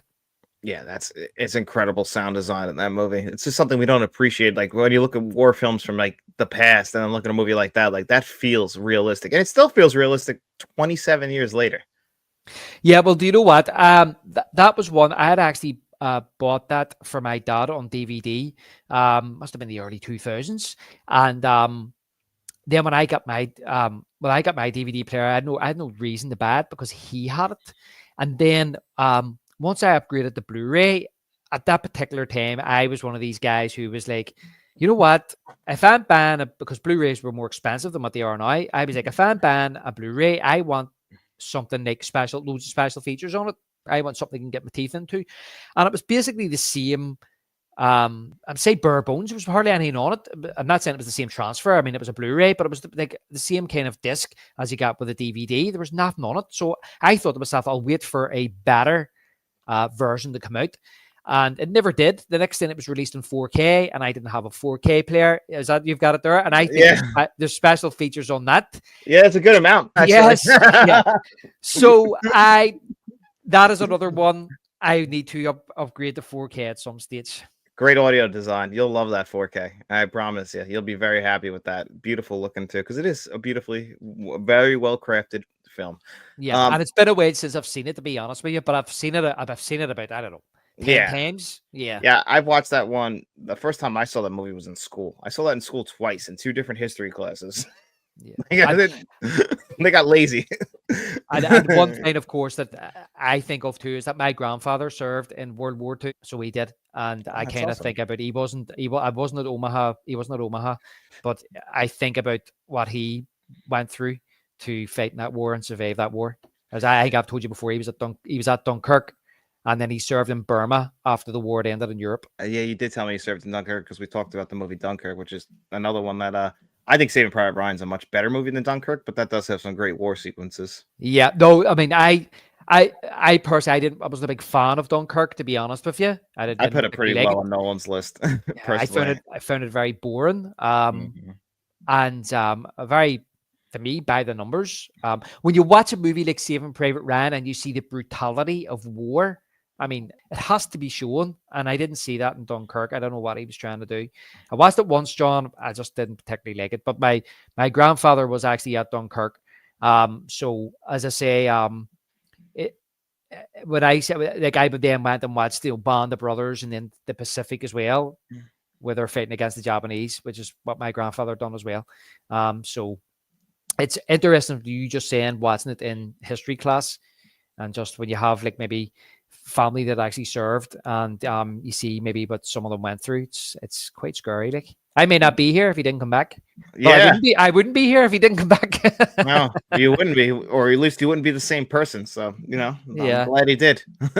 Thanks, I'm buddy. glad. And then my number 6, I know isn't on your list because you said it earlier, but I have the other film he did in 2002 besides Minority Report, Catch Me If You Can, for pretty much all the reasons you said. Yes, I'm sorry for getting ahead of myself earlier there. No, because like you said, like it's like very lighthearted, like a 50s kind of caper film. Like this is in the same line of like Ocean's 11. I don't know if you've ever seen the film Sneakers, where like it's a very lighthearted film, despite the fact that it could be dark. Like there's a darker film in here. Like this kid's breaking the law up and down this country, ripping people off, stealing from people. But it's so fun, the entire movie, and like you like this cat and mouse game between him, Leonardo DiCaprio, and Tom Hanks's character, them talking to each other on the phone. Is he going to end up catching up to him or what? And all the sneaky ways he gets out of it. The score is very fun, just moving along, very light. The entire movie never goes too dark, and I just think overall it's a very, very enjoyable film, and I put it pretty high for that reason. Yeah, no, that's fair enough. That is one of them ones which I kind of I want to go back and watch again. I think that could be one of them ones from the early 2000s that I feel as if I can revisit the likes of, like, as we said, Minority Report and AI and movies like that. So it is one I need to go back. I remember enjoying the movie. I think I had maybe had a wee bit of a resentment for it for a while, because maybe when a lot of people did hold it very in high regard, and I go to and I but look, you get older and you mellow out a wee bit and you realize it's not that important. But I sit and I go to myself sometimes, like I think sometimes like, oh my god, how can that be higher than say this movie or that movie or that movie? And I go to myself, but it comes down to taste. Yeah, this is definitely one where it's like I realize I like these kinds of caper movies. Like earlier this year, a movie called Black Box came out. Steven Soderbergh directs a lot of these types of caper films. Like he's the guy that did the Ocean's trilogy and Logan Lucky. Very similar types of movies that, despite the fact that they are kind of heist movies or they have Secret Service agents when they can be dark, the movie itself is just fun. You get really fun characters in there. You care about them, but it never just goes to a dark place where it could go. It can go there in a different type of movie.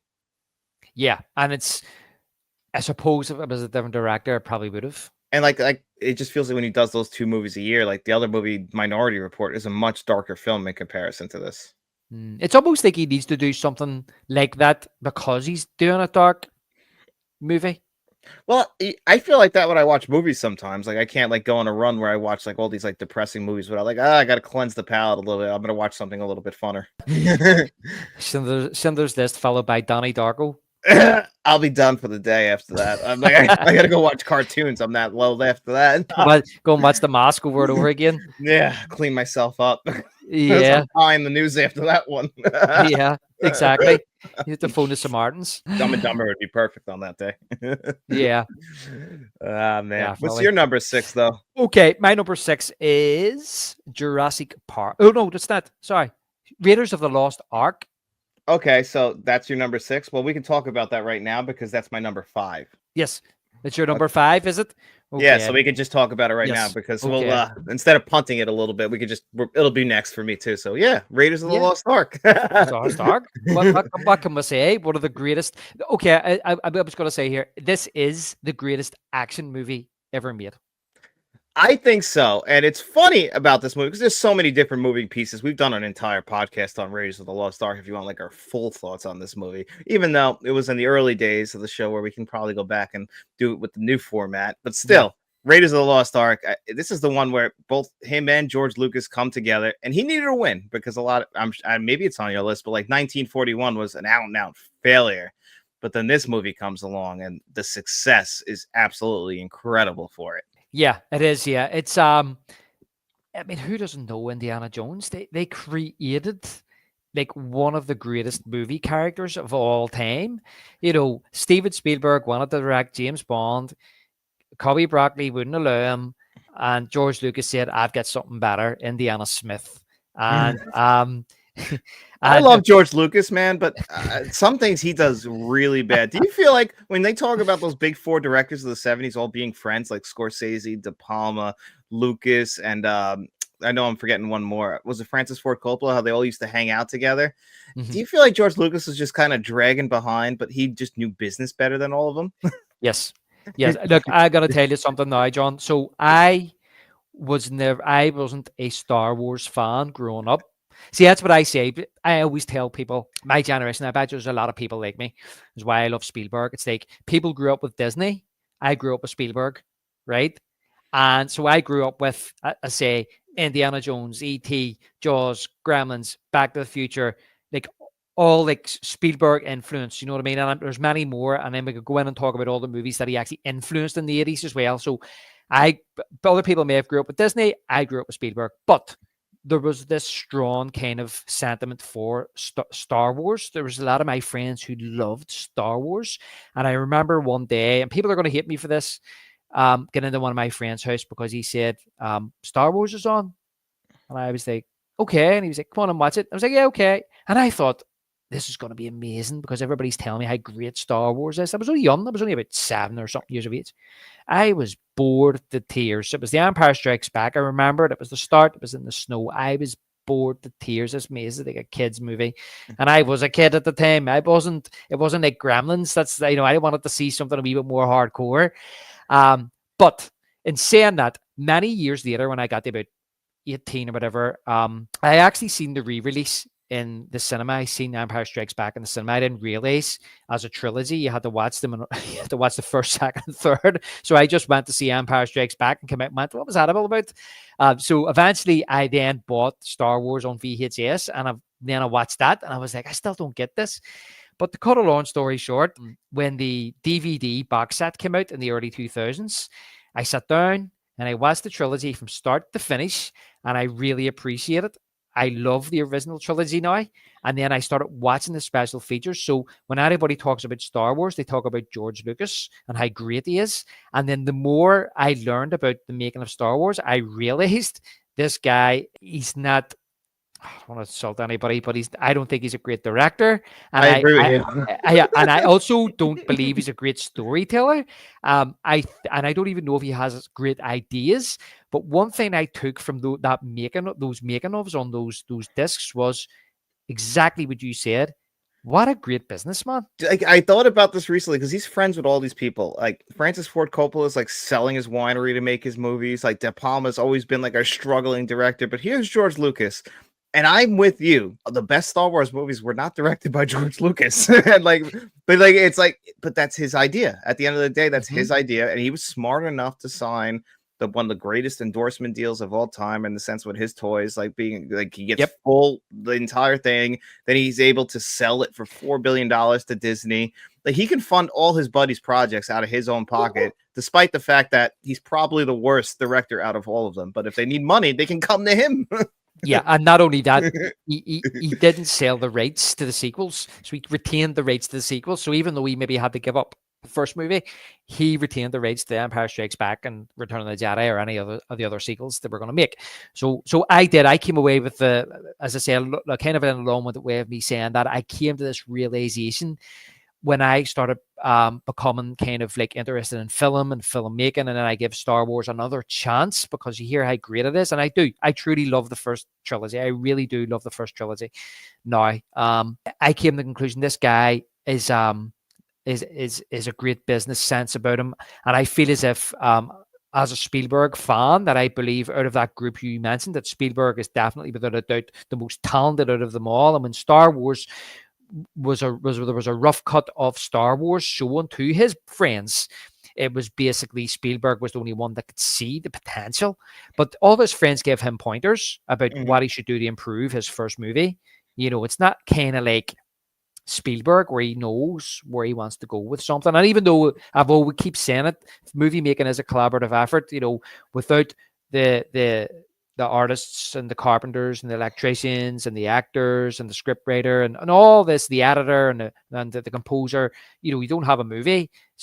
One person can't do it all. You can only do so much.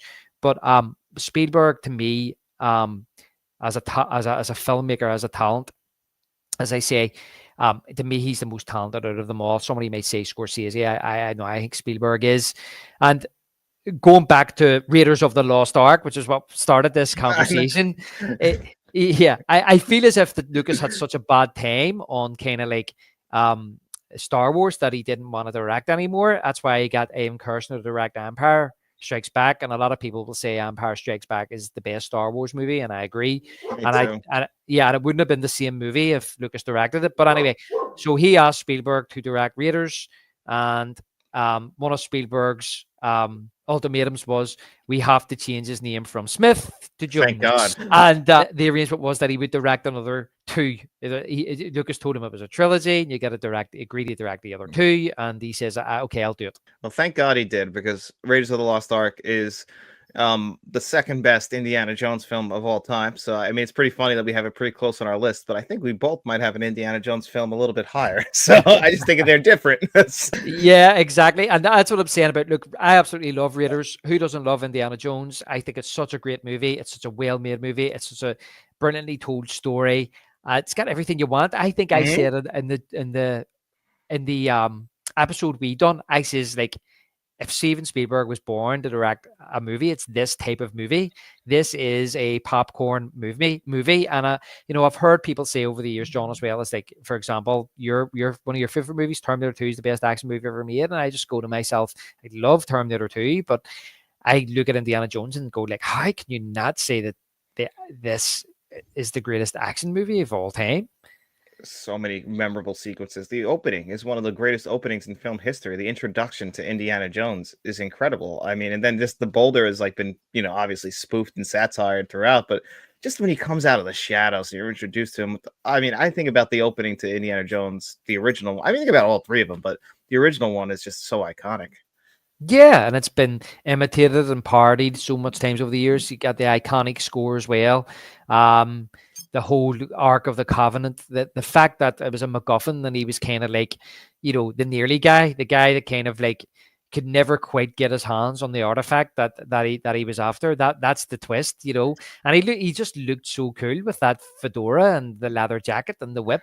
When you were a kid, you wanted to be like Indiana Jones. Meanwhile, he's a professor at a college, and he gets his ass kicked throughout the entire film. But yet, you wanted to be that guy because it was Harrison Ford, and he was the coolest guy on the planet. Yeah, exactly. And Spielberg, he was born to direct this film, and as you say, it was coming off the back of 1941, which was a bit of a flop, and I think he felt like he needed to bounce back from that. I think I had mentioned before, John, as well. He had done Jaws was a big hit. There was a backlash because of the commercial success. Then he'd done Close Encounters, which was critically acclaimed, but didn't do as well at the box office as Jaws. But it was also overshadowed by Star Wars, which then eclipsed Jaws at the box office.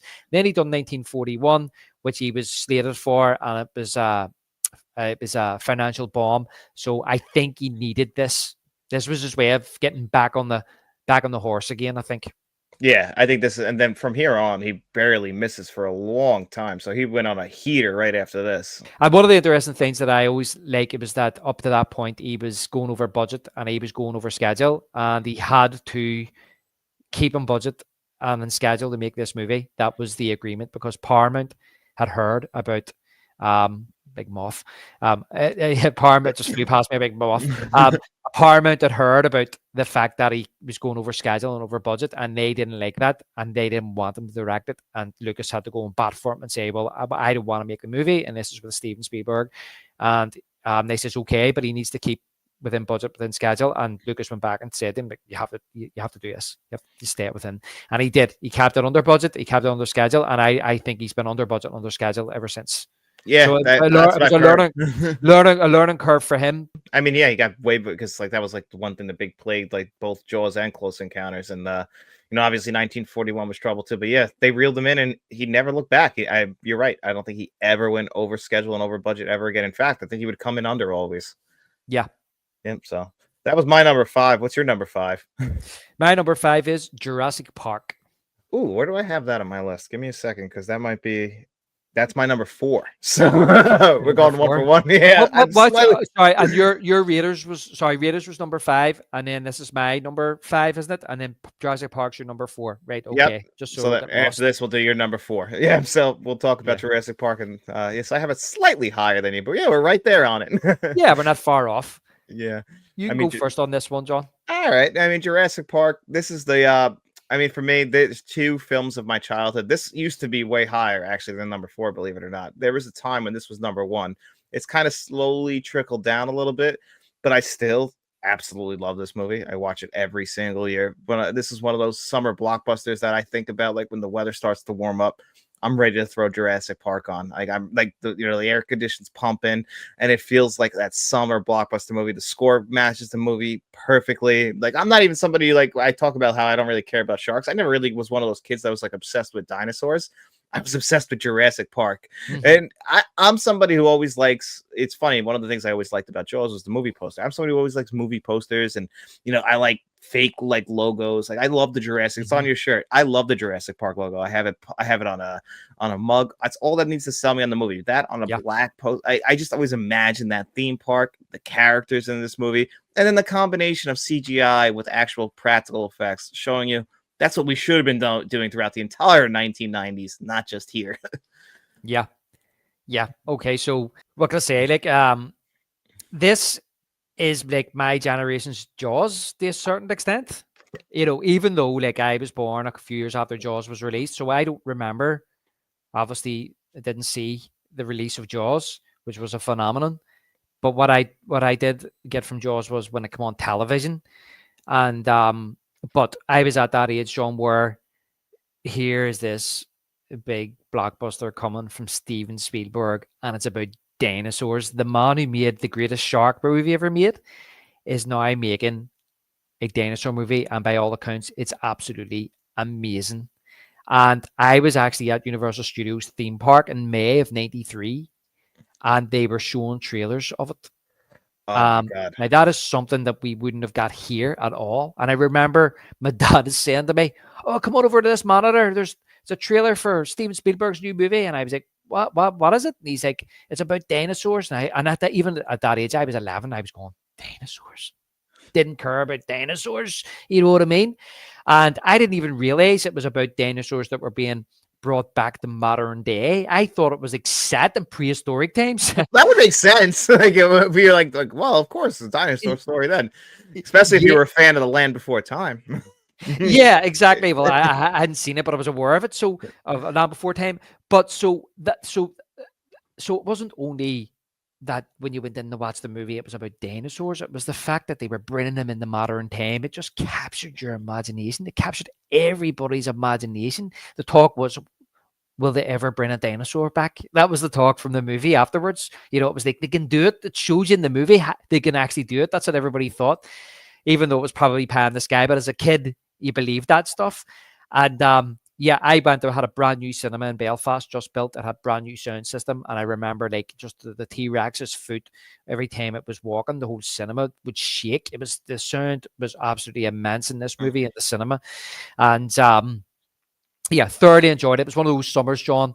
There's a few movies in my childhood that we talked about it in one of our last recent podcasts about what a true summer blockbuster is, and I've a handful that I can remember in my mind, and Jurassic Park's up there. It may be the greatest. I mean, there's Titanic, there's Batman, there's Jurassic Park. Those are the ones that I remember. It was just everywhere in that summer. And you're right. When I was You say writing my Titanic? list, Titanic, 100%. Oh, it came out in the winter, didn't it? Yeah, I Yeah. didn't know if maybe it came out at a different time there because that was a December movie here. Yeah. Sorry, it came out in the winter, but Titanic was one of them movies, John, that basically Oh, it everybody had to see it. yeah, what I'm saying is it became a pop culture phenomenon. Oh You yeah. know, that kind of those type of movies. I think they brought it in the winter because maybe they thought it wouldn't do well or something. I don't know why they brought it in the winter, but I kind of brought back That was big. actually supposed to fail. I mean, that was one of the first times where that was like James Cameron. They always bet against him. That movie was considered was going to fail. They always thought it was, and then it ends up winning Best Picture and everything. Yeah. See, that could be a reason why they brought it in winter, because maybe they didn't want to put it up against the big blockbusters in the summer, because they thought this is it's going to do worse. If it's going to do bad, let it do bad, but it's going to do worse if we release it in summer against the big blockbusters, and then it became a pop culture phenomenon. But that's what I mean. What I mean is that it's one of those movies that, to me, when you talk about big movies that you remember that everybody was talking about and everybody was fascinated by, and you see the trailers were on TV, you seen the posters everywhere, and Titanic was one of them, but Jurassic Park was one of those. And funny, when I was writing my list and I was thinking about, what can I say about Jurassic Park, the logo came to mind. The logo came into my mind, that what I wanted to discuss. It's funny you should say it, because there's certain movies to me that Jaws as a poster is iconic. It doesn't have to have. I have this one behind me here. It doesn't have.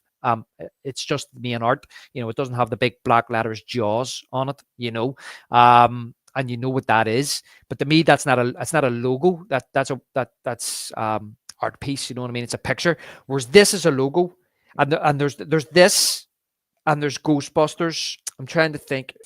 There's another one as well.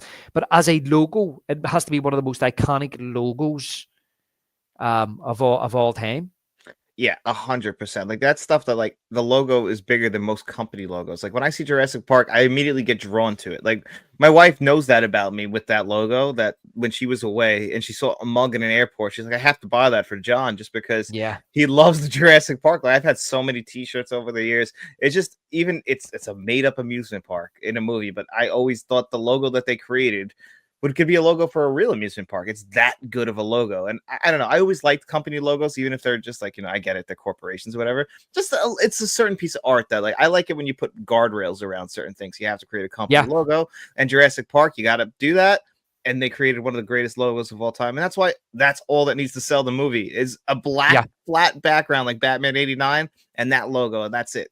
Yeah, that's right. That's what I was thinking of as well. The bat symbol is another great logo. So, you have the bat symbol, you have this, you have the Ghostbusters.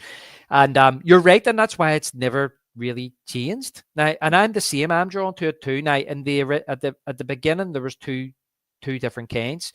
There was the yellow with the red outline, and then there was the red with the yellow outline, or was it black? I can't remember, but there was either red or yellow. What one do you prefer? I always preferred the yellow outline, actually. Believe it or not. Yeah. I was more like that, but I like them both. And I mean, they kind of changed it up a little bit for Jurassic World, made it more blue. I don't know. Still like the originals. I prefer theirs. I'm not a big fan of the blue, but I have noticed like you say, because Jurassic World has kind of revamped the franchise, and there's a lot more merchandise now than what there ever was. I mean, there was a hell of a lot back then, but there's a lot more now than what there ever was. And I love how you can buy like hoodies and t-shirts and it has the logo on there, but they're kind of done in different colors, or they're done kind of like faded or whatever. I think I messaged you before. I used to have the Lost World poster on my bedroom wall as a teenager. Now, I'm not a big fan of that one. It was done to represent that it was a bit kind of like overgrown or faded and stuff like that. Like it was all being chipped away and stuff because time had passed. But the original logo, I agree. The yellow one's pretty good. This is actually faded. I put this in the wash. And I'd say they're a cheap t-shirt, or I put it into hot. Probably that's the one where it kind of looks like the amber, right? Before. Yeah, it looks all faded and all that. It all came off.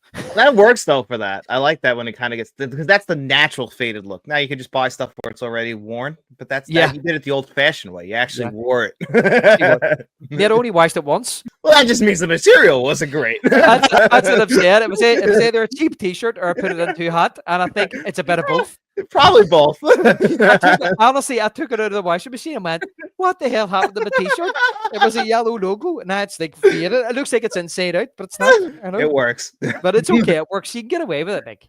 Yeah. Well, that's one film we'll have to eventually break down fully on the show, is Jurassic Park. Definitely. I can't wait to break down that one. But I agree with you. It's a phenomenal film. As I say, he then became the king of the box office again with that one. Yeah, I agree. So what's your number 4? Because we went on about that one for a while. Because we love it. We love it, exactly. We're making good time anyway. My number 4 is E.T. Nah, that's a punt. Okay, so we're gonna talk about that one a little bit later. Okay, no problem. What's your number 3?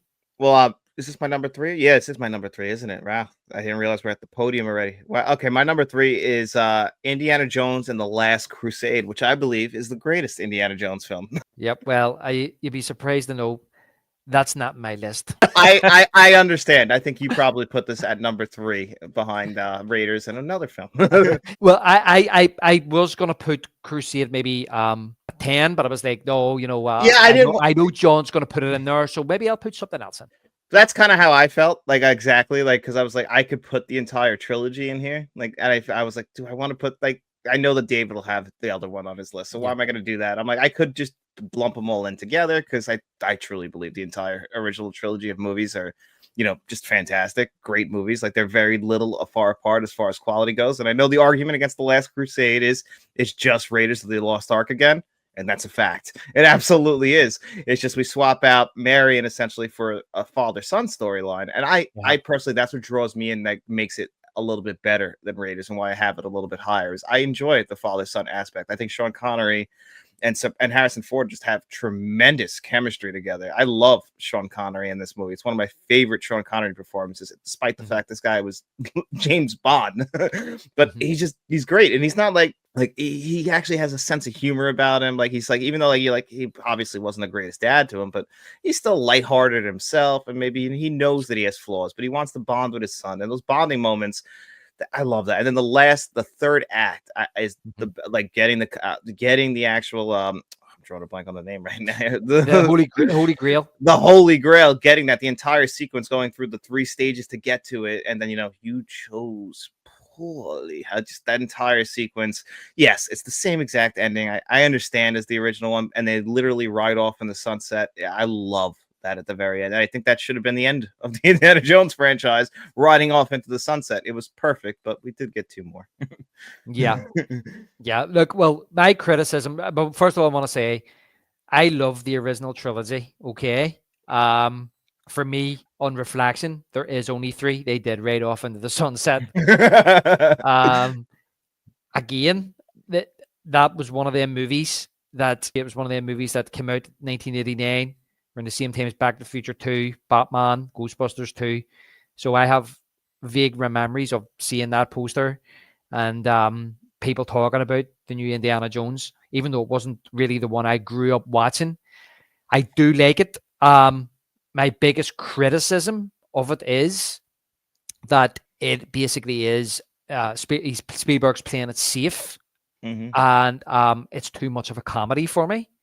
There's too much slapstick going on. Now, we've seen slapstick in the other movies, but in this, it seems like he's just taking it an extra step further to the point where it's very too comedic for me. I remember one night sitting down. I think it was the first time I got them on DVD, and even though I had the trilogy on VHS, John, but I probably haven't watched them that often on VHS. And then I bought the new trilogy on DVD, and I sat down and I watched one a week. And by the time I got to the third one, I haven't seen him in a while. This was back years ago. I was scratching my head halfway through it thinking, is this a comedy? What? So, look, as I say, it's just for me not as good as the other 2. I still love it. I mean, I'm not the type of person that's ever going to disregard it like I do Crystal Skull. I can totally disregard that. I feel as if you have to include the trilogy with Last Crusade. But I feel as if Spielberg really played it safe. I feel like what I also didn't like as well, John, I felt as if that this was supposed to be like a James Bond type of series. And it's kind of like that to a certain extent. And look, I know that James Bond has reoccurring allies like M and Q and things like that. But bringing Marcus Brody back and making him a bit of a buffoon, I didn't like that. It's a total character change. Bringing Salah back, I felt as if, let's bring the guy from the first one back. People want to see that again. It was all, to me, done out of the backlash. The backlash he got from Temple of Doom. To me, he was playing it too safe. It does feel like that. And it's just, I mean, that's why the safety kind of works for me, because all those, and I do agree though with Brody, if you, I mean, Mark, just to look at him in general is, he does change his character. He becomes an idiot in this movie, but like, it does kind of work for me, and it is very much a comedy. You're not wrong on that. It does become a comedy. It does, but I still love the opening sequence, and I think it has one of my favorite transitions in film history when he puts the hat on him and it transitions to Indy looking up like in the rain now. I just love that sequence. Like those moments like just stand out to me, and that's why I can overlook the flaws, because there are flaws in this movie. I'm not going to sit here and pretend that there aren't. I'm not going to pretend that this isn't a safe Indiana Jones movie. Like, Safe, yeah. yeah, no, like this all worked in Raiders. Let's just do it again. People like these characters. We're going to add Sean Connery, and people, especially Sean Connery at this time, he was really having a resurgence. This is like, I think 2 years after The Untouchables. So people are starting to remember that Sean Connery is a great actor again. And he's fully in. He doesn't like half-ass it. He seems like a genuinely different type of character. He's not playing James Bond. He's playing the father of Indiana Jones. Yeah, and look, and saying that, I'm not going to say this is your top 10. You're obviously one of your favorite Spielberg movies. I still really like this film. It's just kind of to get that the things I don't, the reason it's not in my top 10, to get that out of the way, as in like the reason why I like the other two more and probably would return to the other two more, but I still really like Last Crusade. John Williams again does another fantastic job with the score. I think as well, it almost feels like Spielberg owed them another movie, and he was putting it off and putting it off. It's almost like he didn't want to do it. It's in the end, it was like he reluctantly done it. That's what it feels like. But in saying that, his craftsmanship on this film is second to none.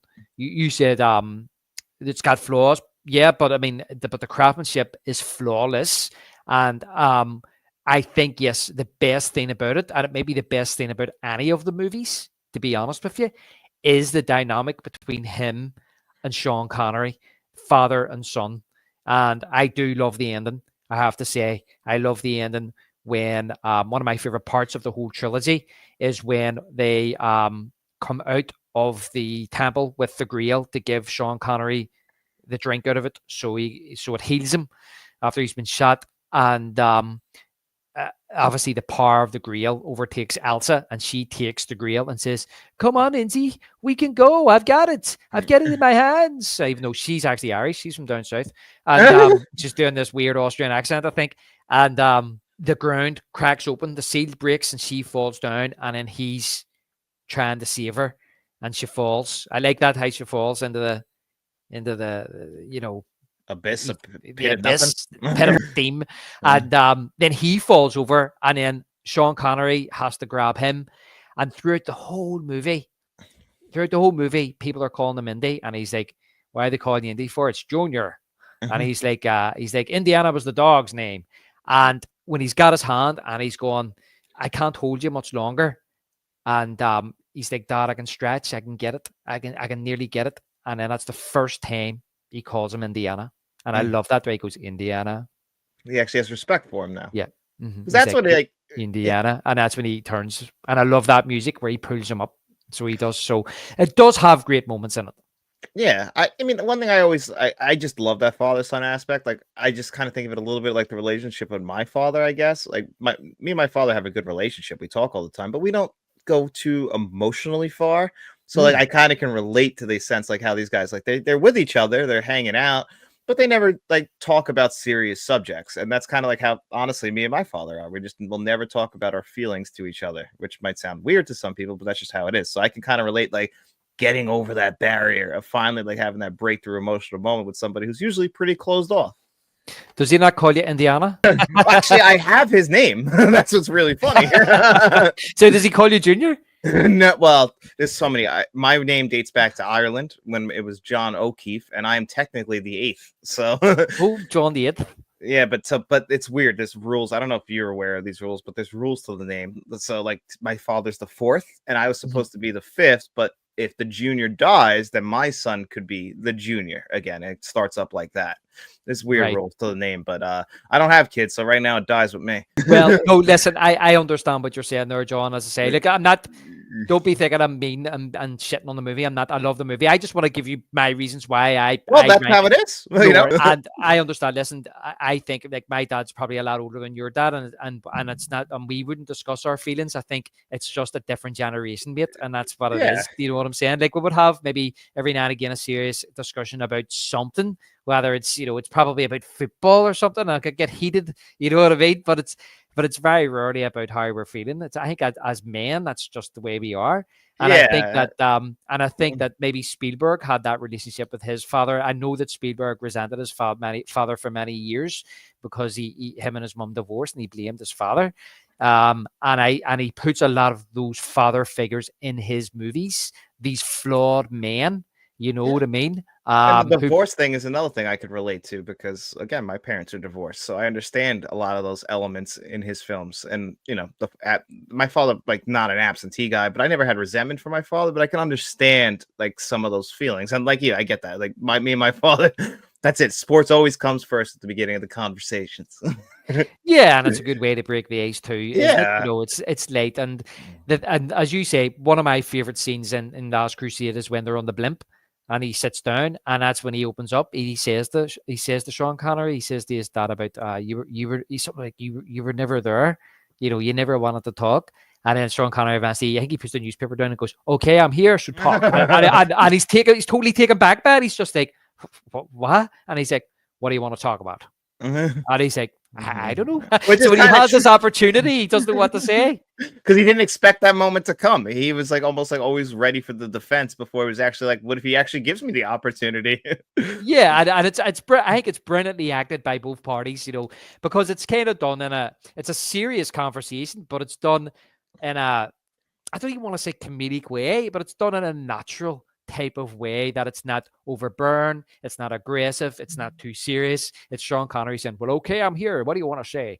Mm. And he kind of, you can see like Harrison Ford as a grown man, Indiana Jones as a grown man. He's embarrassed. Does feel like a wee boy. He kind of laughs like, I don't know. Mhm. Like, It does feel weird to talk to your father about like the history. It's like, I want to do it, but it's like down I'm here. I'm like, I don't know. I mean, it's still a little strange. yeah, I'd also love as well when he says to him, if you notice, like Sean Connery, he's known to be a very masculine man, and in his movies, he's always slapping people about, especially when he's Bond. But in this movie, he doesn't do that at all. I think he hits one person over the head. Does he even hit one person over the head? I can't remember. And even then, he kind of goes, no, what I mean. But I love He's when he not the says to him, violent type. no, in this movie, he's totally, people would expect him to be a certain way, especially the way Indiana Jones is, and he's not. And at one stage, he says to Indiana Jones, "They're trying to kill us," and he says, "I know, Dad," and he says, "I'm not used to that," and he says, "Well, I am." But there's even a scene earlier on where when they're getting away, and again, that was the thing too that I say I don't like about the movie. I like the movie, but I just think to myself when I'm saying playing it safe, it's Nazis again.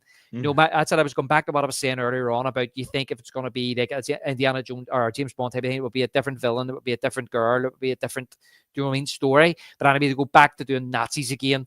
But the thing is that when they're escaping on the wee motorbikes and they're trying to get away, and I think Indy rams one of the bikes off the road or something, and he turns and you see him, he's smirking, he's laughing, and you just see like Sean Connery just sitting staring at him, and then he catches his gaze and then he stops smiling and keeps driving because he's disappointed in him. It's the same when he curses, which is another great scene as well. He slaps him and says, "Mind your mouth." Like I have certain, like, come on, I have certain morals, all right? But what's your number 3? Anyway, yes, my number 3 is Indiana Jones and the Temple of Doom. I had a hunch. So I debated this in my head because I was like, look, I know Raiders for me is the better movie. Raiders for me is the better made movie. And if I I agree was with that. Like, I think if we both can agree that Raiders of the 3, like, as far as if this was a best made list, would be probably the higher up one. Yeah, if I was pushed to be like, which is the better made movie, it would be like, well, it's Raiders of the Lost Ark, without a doubt. But, I did have it number 3 for ages. And then I was kind of like, you know what? No, Temple of Doom is my favorite. I have to put Temple of Doom in that place because when I think about my top 3 Spielberg movies, what are the movies I would return to? What are the movies that make me feel good or, give me goosebumps or, if I wasn't feeling well, I would put on. And that is like not my top 3. And again, it goes back to the Lost World. I love that they go in a different direction. I love that it's darker. I love that it's like a horror movie almost. It's a very serious tone compared to the other two. And again, we talked earlier on about how iconic the original scene is with the boulder in the first movie. Like, I feel as if there's just as much, if not more, iconic scenes in the Temple of Doom.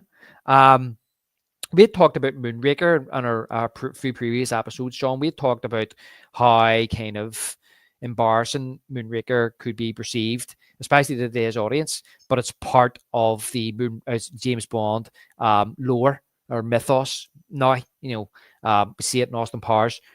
Now, I'm not comparing Temple of Doom to Moonraker, but that movie is very much part of the mythos of the Indiana Jones character. Mentioned earlier, Robert Rodriguez loves it. Quentin Tarantino loves it. Me growing up, maybe I'm influenced growing up because it's probably the first one I seen. I remember it being on television. I remember being like the bug scene, or the rope bridge, the heart ripping scene, even though it was edited. Just all those wonderful scenes, and of course the opening sequence as well. It's iconic. It's iconic, and again, as I said, John Williams, for me, this is the best Indiana Jones score. It's better than Raiders. It's better than Last Crusade. Yeah, I've always heard you say that. And it's hard. Like, I've actually seen a lot of people over the years. It always used to be when I was growing up. Like, people would always say, like, Last Crusade. Like, a lot of people would say, like, oh, it's down there with Kingdom of the Crystal Skull. I think it's people who actually grew up with the movie are starting to get older. More people are starting to recognize that, you know what? Temple of Doom is actually a very good, arguably the best Indiana Jones film. Obviously, I don't have it as high as you, but I understand the argument. Like I said, this can make my top 10. We're picking favorites here, and it's hard when you love a certain director because it's still a great movie. It's still, even if I don't have it as high as you, I still very much love Temple of Doom. Yeah, that's understandable as well. That you can only put so much. It's like you saying about Minority Report and Schindler's List, and even Last Crusade. Last Crusade for me, as you were saying earlier, it's maybe 11 to 15 for me. Still love the movie. It probably sounds like I crapped all over it, but I didn't. I just wanted to explain to you why I maybe don't put it as high as the other ones. But yeah, Temple of Doom for me is just a roller coaster ride from start to finish. It's such a great movie. I just absolutely love it. And as I say, when I think of Indiana Jones, there's two shots of Indiana Jones I think of. It's that opening scene in Raiders, and it's the end scene of Temple of Doom on the rope bridge. That's probably more iconic to me than the start of Raiders, but it's hard not to imagine him without his fedora, although he is wearing his fedora on the rope bridge, without his leather jacket. It's hard not to imagine him without that. But him standing on that rope bridge with that sword, you know what I mean? All battered and bruised, he's just been through the ringer, Looks like a man there. He's a man there, and he's serious. He's got that serious scowl on his face. To me, that's Indiana Jones. Man, he kills a bunch of people right after that, so it gets a little violent right there. Very violent, yeah. Yeah, but I have a hunch that we might have the same number 2. So my number 2 is Close Encounters of the Third Kind. Oh yeah, right enough. Yes, I was about to say I thought that was your number 1, but it's not. It's not. Yes, my number 2 as well is Close Encounters of the Third Kind. I messaged you and I said I think this one might overtake my number 1. So I actually watched them back to back to see if my number 1 was still my number 1. So this one still had to stay at number 2, but it gets so close. I love this movie. I remember when you were saying, my number 1 might be replaced. I was sitting thinking, Jaws is going to be number 1. That'd be a dream come true for you. But yeah, go ahead. Tell me about Close Encounters, and then I'll go. Well, Close Encounters has like a very similar opening to Jurassic Park that I love, where it's just so like ambiguous. Like, what is going on? Like, there's so much mystery about what is actually about to happen in this movie. Like, when you how did these planes come back that disappeared all these years before? What happened? And like that mystery building up, and then it turns into an alien movie, and Richard Dreyfuss at the center of this. This is my favorite Richard Dreyfuss performance. I know what yours is, but I love him in this movie. Mm-hmm. You feel for this guy, like nobody believes him, and he feels like he's being pulled towards something, even if it's destroying his family. He feels like he has to do this, like he has something is just tugging at him and he can't stop it. And he tries to explain it to his wife, who just doesn't understand. His kids don't understand what he's going through. There's so many different types of themes in this movie, despite the fact that it's also a special effect masterpiece, in my opinion, with a great, like, just when the first time when the car is just going all over the place and the ship is above him. Like that scene is just a masterpiece of a scene. And then of course Yeah. the score is incredible. I was listening to this today, the score to this movie, one of my favorites. Yeah. He gets Francis Trudeau to be in this movie. Who was it? Like to be in this movie as an actor? I know I'm drawing a blank on the name. Who's that? Francois Truffaut? Francois Truffaut. Yeah, Francois Truffaut. Yeah. yeah, he gets him to be an actor in this movie, and like the Yeah. fact that it builds up to him and Dreyfus at the end, and like how Dreyfus is the one who's like chosen to go, even though Truffaut throughout this entire film is on like the same trying to figure out what's going on as well, and he wants Yeah. to be the one, but that he's not the one who gets invited. Like all that stuff building up to the end with the great, obviously the stuff we talked about that's in Moonraker. Dun, dun, dun, dun. Would you class this movie as a masterpiece? I know I tried to give my opinion of what I thought a masterpiece is. Would you class this as a masterpiece? Yeah, I mean, Steven Spielberg has a lot of movies that I would say if something's a 10 out of 10, that's what I classify a masterpiece as. He gets Mhm. a lot of movies that get really close. Like, even though I don't have Jaws that like higher as like you'll have it, but I still think that Jaws is a masterpiece as Yeah. far as a film goes. Like, there's no doubt in my mind. It's just that's where the personal taste comes in. Doesn't mean that movie isn't one of the best made films of all time, but Close Encounters is something that my interest gets piqued. I love sci-fi filmmaking. There's also I love horror films, and this all has those like elements Yeah. in there, and that all stuff is just going to elevate this movie higher for me than like a movie like Jaws might. But and it also has the emotional moments. Yeah. No, that's fair, mate. Because for me, it's one of my. I say it's number 2 on my list into Yeah, itself, yeah. and it's one of my favorite Spielberg movies of all time. I anybody so far will notice that I'm very heavily influenced by the early part of his career. I actually have Hmm. a book in there called Spielberg: The First 10 Years, which covers a lot of this. And those to me are it's the most interesting time in his career. It's when he is young, he's ambitious, he's raw, he's not afraid to take risks and try new things, and he's pushing the form forward.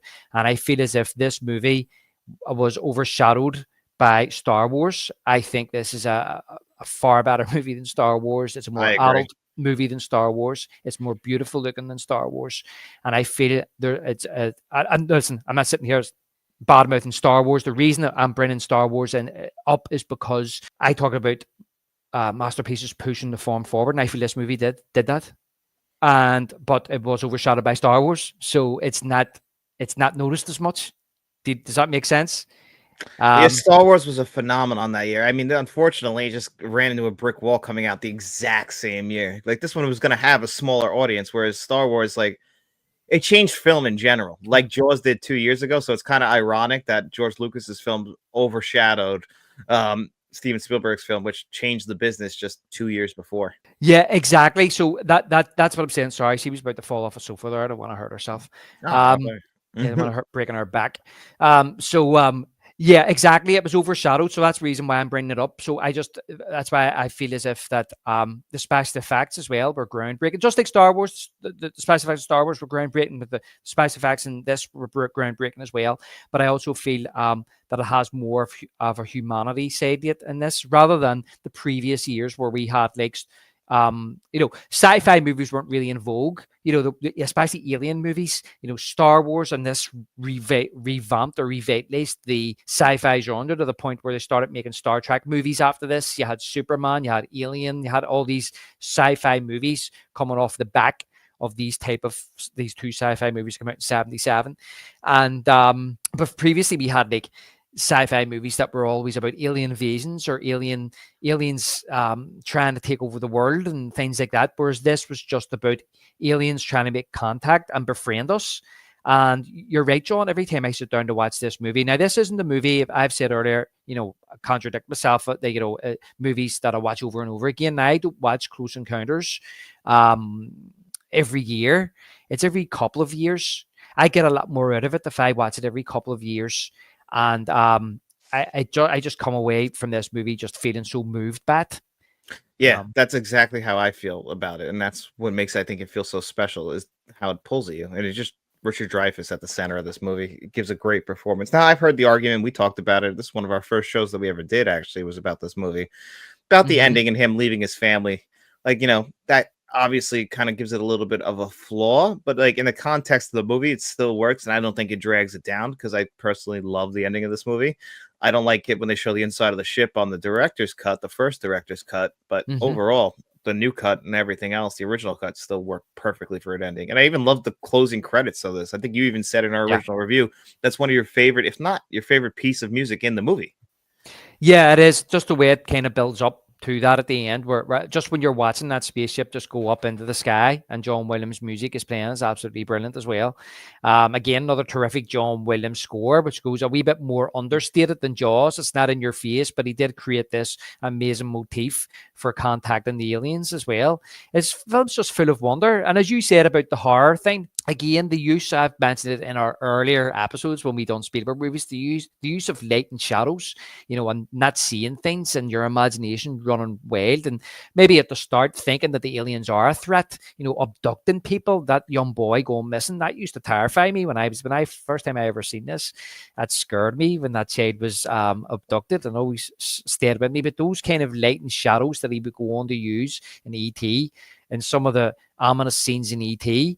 And then he goes on to do it again in Poltergeist. Well, Toby Hooper did.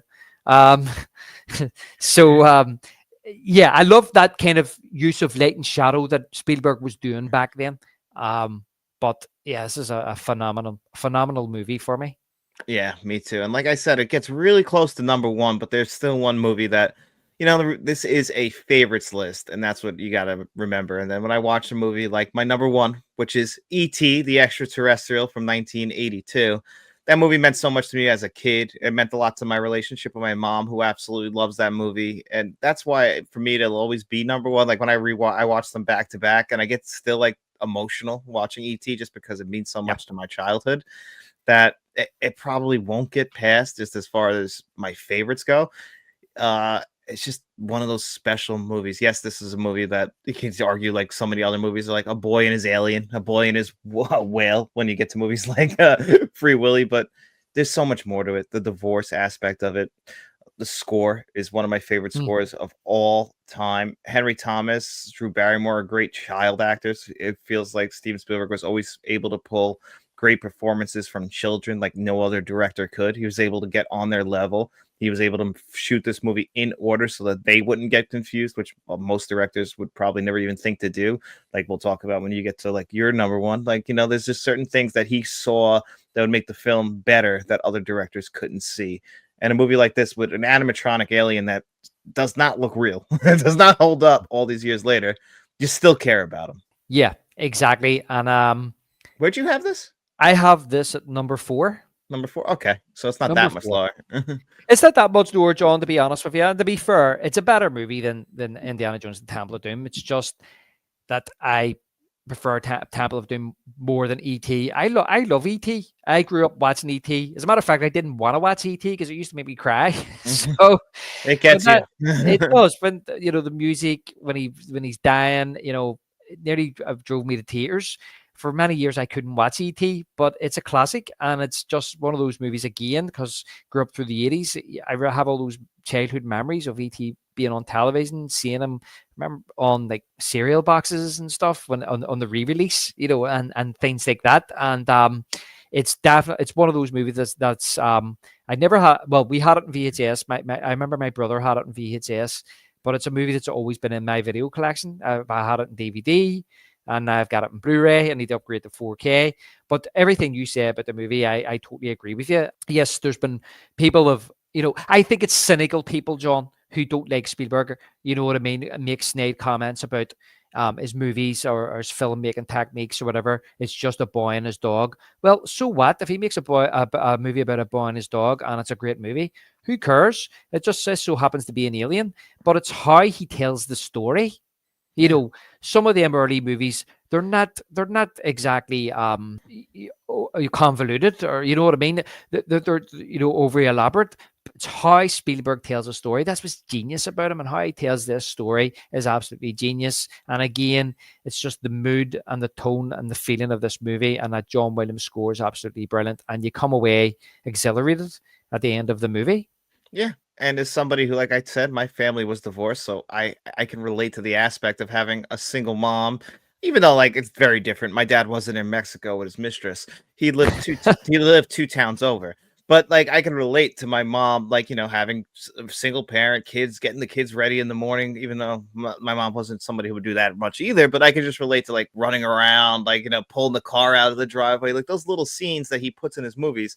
Those are like aspects that other directors might not think of. Like these feel like real people. And Mm, that's something you're gonna find throughout his movies and history. It's like everybody always feels like real people. Even like movies and like Sugarland Express, he kind of had that in the beginning. Like those people care about each other.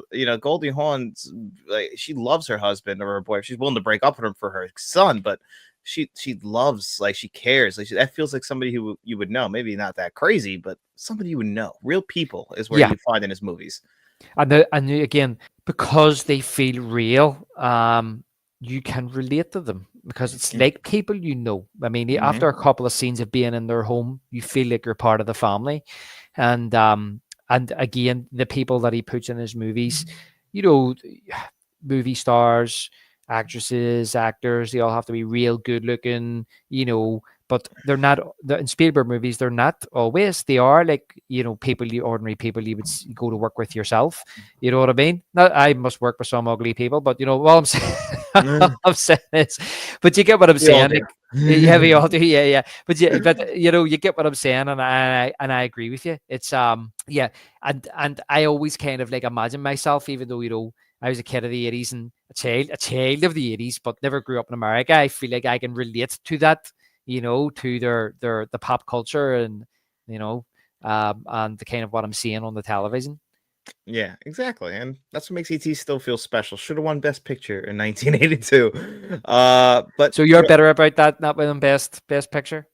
and I like Gandhi, but I still feel like when you look back at it, did many movies leave an impact bigger than ET did? I mean, listen, the Academy Awards don't determine what makes a movie. If Yeah. anything, they miss more than they hit. But You it's know, like, do you award the right film each year? I don't think they did in no, '82. no, it's by past even current because it happens nearly every year that What won in '75 that Jaws didn't win? If well, I'm trying. Cuckoo's Nest won in 75, and And that's I fair. Like that's a fair one at least. well, I was able to watch when we done Cuckoo's Nest. I was able to watch Cuckoo's Nest in later years because, as I said in that episode, I was like, "Oh, what's this movie, Cuckoo's Nest, that won Best Picture, beat Jaws? It can't be that good." And watched it, meant I was phenomenal, and I accepted it. But now, when we're like in the 50th anniversary of Jaws, and I see the amount of celebration going on for this movie that's 50 years old, and Cuckoo's Nest hasn't even been talked about.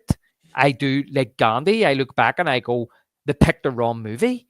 Yeah. Well, I mean, go back to '77. We just talked about it. Like Close Encounters and Star Wars came out that year. You know what won Best Picture in 1977? Annie Hall. Yeah, exactly. And okay, we could sit here and we can say, it's not a Oscar-worthy movie, but it's like I said earlier on in the episode or the stream merge on. It's kind of like, well, maybe popular movies should be because that's what pleases the masses. It's not like like we said earlier, it's not like some of these movies are coming out and they're trash and people, it's like a fad and it's just like, oh yeah, everybody wants to watch it, but it's trash. These movies are classic movies. They changed cinema. They changed pop culture. And that's not taking anything away. You can still have from Dog Day After, or sorry, from thinking of 75 or from One Flew Over the Cuckoo's Nest. That's not taking anything away from it. It's still a phenomenal movie. And we can sit here and make excuses and say, oh, well, that's an Academy Award winning or an Academy type of movie. But why should it be? I mean, it's supposed to be a level playing field, you know? It's almost like that. I think Jaws holds up a lot better than Cuckoo's Nest in every sense and every sense of the word. Yeah, I mean, it's almost like the pretentious exclusivity of like the critics and the filmmakers of the time almost feel like a movie gets that popular that it must be dumbed down. Like they don't get why Cuckoo's Nest is a better movie than Jaws. They don't understand, or why Annie Hall is the more artistic view over movies like Star Wars and Close Encounters of the Third Kind. Are these popular movies that are almost dumbing themselves down? It's like, well, no, it's just that you're almost writing those movies off because they appeal to the masses, which Yeah. is wrong. Like you're not actually fully understanding those movies. I feel like Close Yeah. Encounters is a much more of a artistic film over movies like Star Wars. Yes, but Star Wars, if that would have won Best Picture in 1977, I'd be like, that makes sense at least. Like that movie's left a huge lasting impact. And even at the time, people knew it changed cinema. So why didn't it get the recognition? Yeah, exactly. It was just a backlash. That's why the Academy's a farce. And look, Mhm. to the point where the Dark Knight, people complained why was that nominated. So what did they do? Oh, we'll put more nominees in future. No, that doesn't make any sense, because why make it bigger? It should be just nominate the correct movies. Yeah, there shouldn't. Because making it bigger doesn't mean it's going to win. It's just No, appeasing people to say, well, at least it got a nomination. yeah, like But no, but it means it still doesn't have the chance of winning. no, it means you don't respect the film because for whatever reason you don't respect The Dark Knight because it's a superhero film. It's still the best film of 2008, any which way you spin it, regardless of like maybe we don't like it as much as like I've cooled down on it too. But like, what Yeah, movie was bigger in 2008 at the time than The Dark Knight? It yeah. was just written off right away. But then the main boggles when Titanic wins Best Picture and wins 11 Oscars. Now, I'm not begrudging that, but there was the biggest moneymaker of all time. And I think it's all this to do with this romantic notion of the Titanic. Everybody gets caught up in the romanticized version of the sinking of the boat. And I think that's what people were caught up in when that won Best Picture. But Yeah, yeah, it's a bit strange for me. It's sometimes kind they of get like, it right. Like, that yeah, movie is like also a special effects extravaganza. But you're right. I think the romantic aspect of brings other people in. Whereas, like for me, I always like the crashing of the boat and all that stuff that's going on. It's always incredible to me to watch that. but I don't even mean the storyline, John, of it being a love story. I mean take that, even just take that out, because that was the fictional side of it. I mean just the romanticized version of the whole story of the Titanic. I think people were fascinated by that, and they always have been, and they now even more so because of the movie. But I think that's possibly a reason why it swept the Oscars. You know, Yeah, but no, but I was happy to see it, because I think movies like that should be sweeping the Oscars. I think movies that do well at the box office, captures your imagination, has an impact on society, they're the ones that should be winning the awards, not these movies that hardly anybody's ever seen. You yeah. know, Like I like those movies. There's times I'll see one of those movies that wins Best Picture, and I'm like, okay, no, it's good. And there's smaller movies I find that I love, and I'm like, yeah, that deserves it. But it's also like, you know, it feels like almost like you're leaving people out because you feel like you're better than them, and this is what you have chosen to be the best picture, and you're trying to yeah, pass that along to it's. and convince them that that's what it actually is. I think they're kind of looking down their noses at people. Yeah, and people don't like that, and I don't think that they realize that sometimes. Yeah, you know. exactly. But let's move on to what is your number one. I think I can But guess. my number one is the Terminal.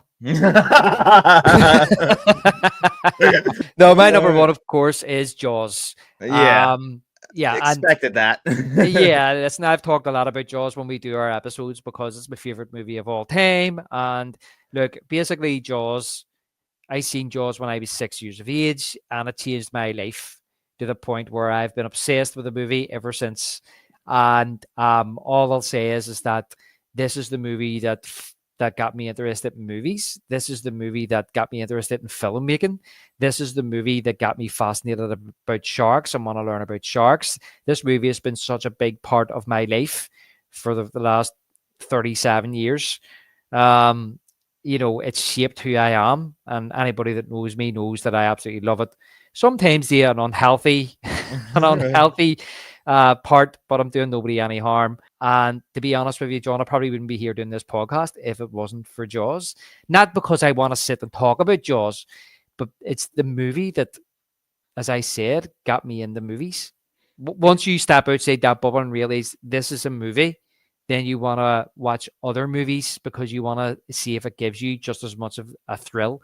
And then once I go to Universal Studios and see how movies are made, or Disney, then it's like, well, how did they make Jaws? And then that's a starting point. Oh, what's another favorite movie of mine?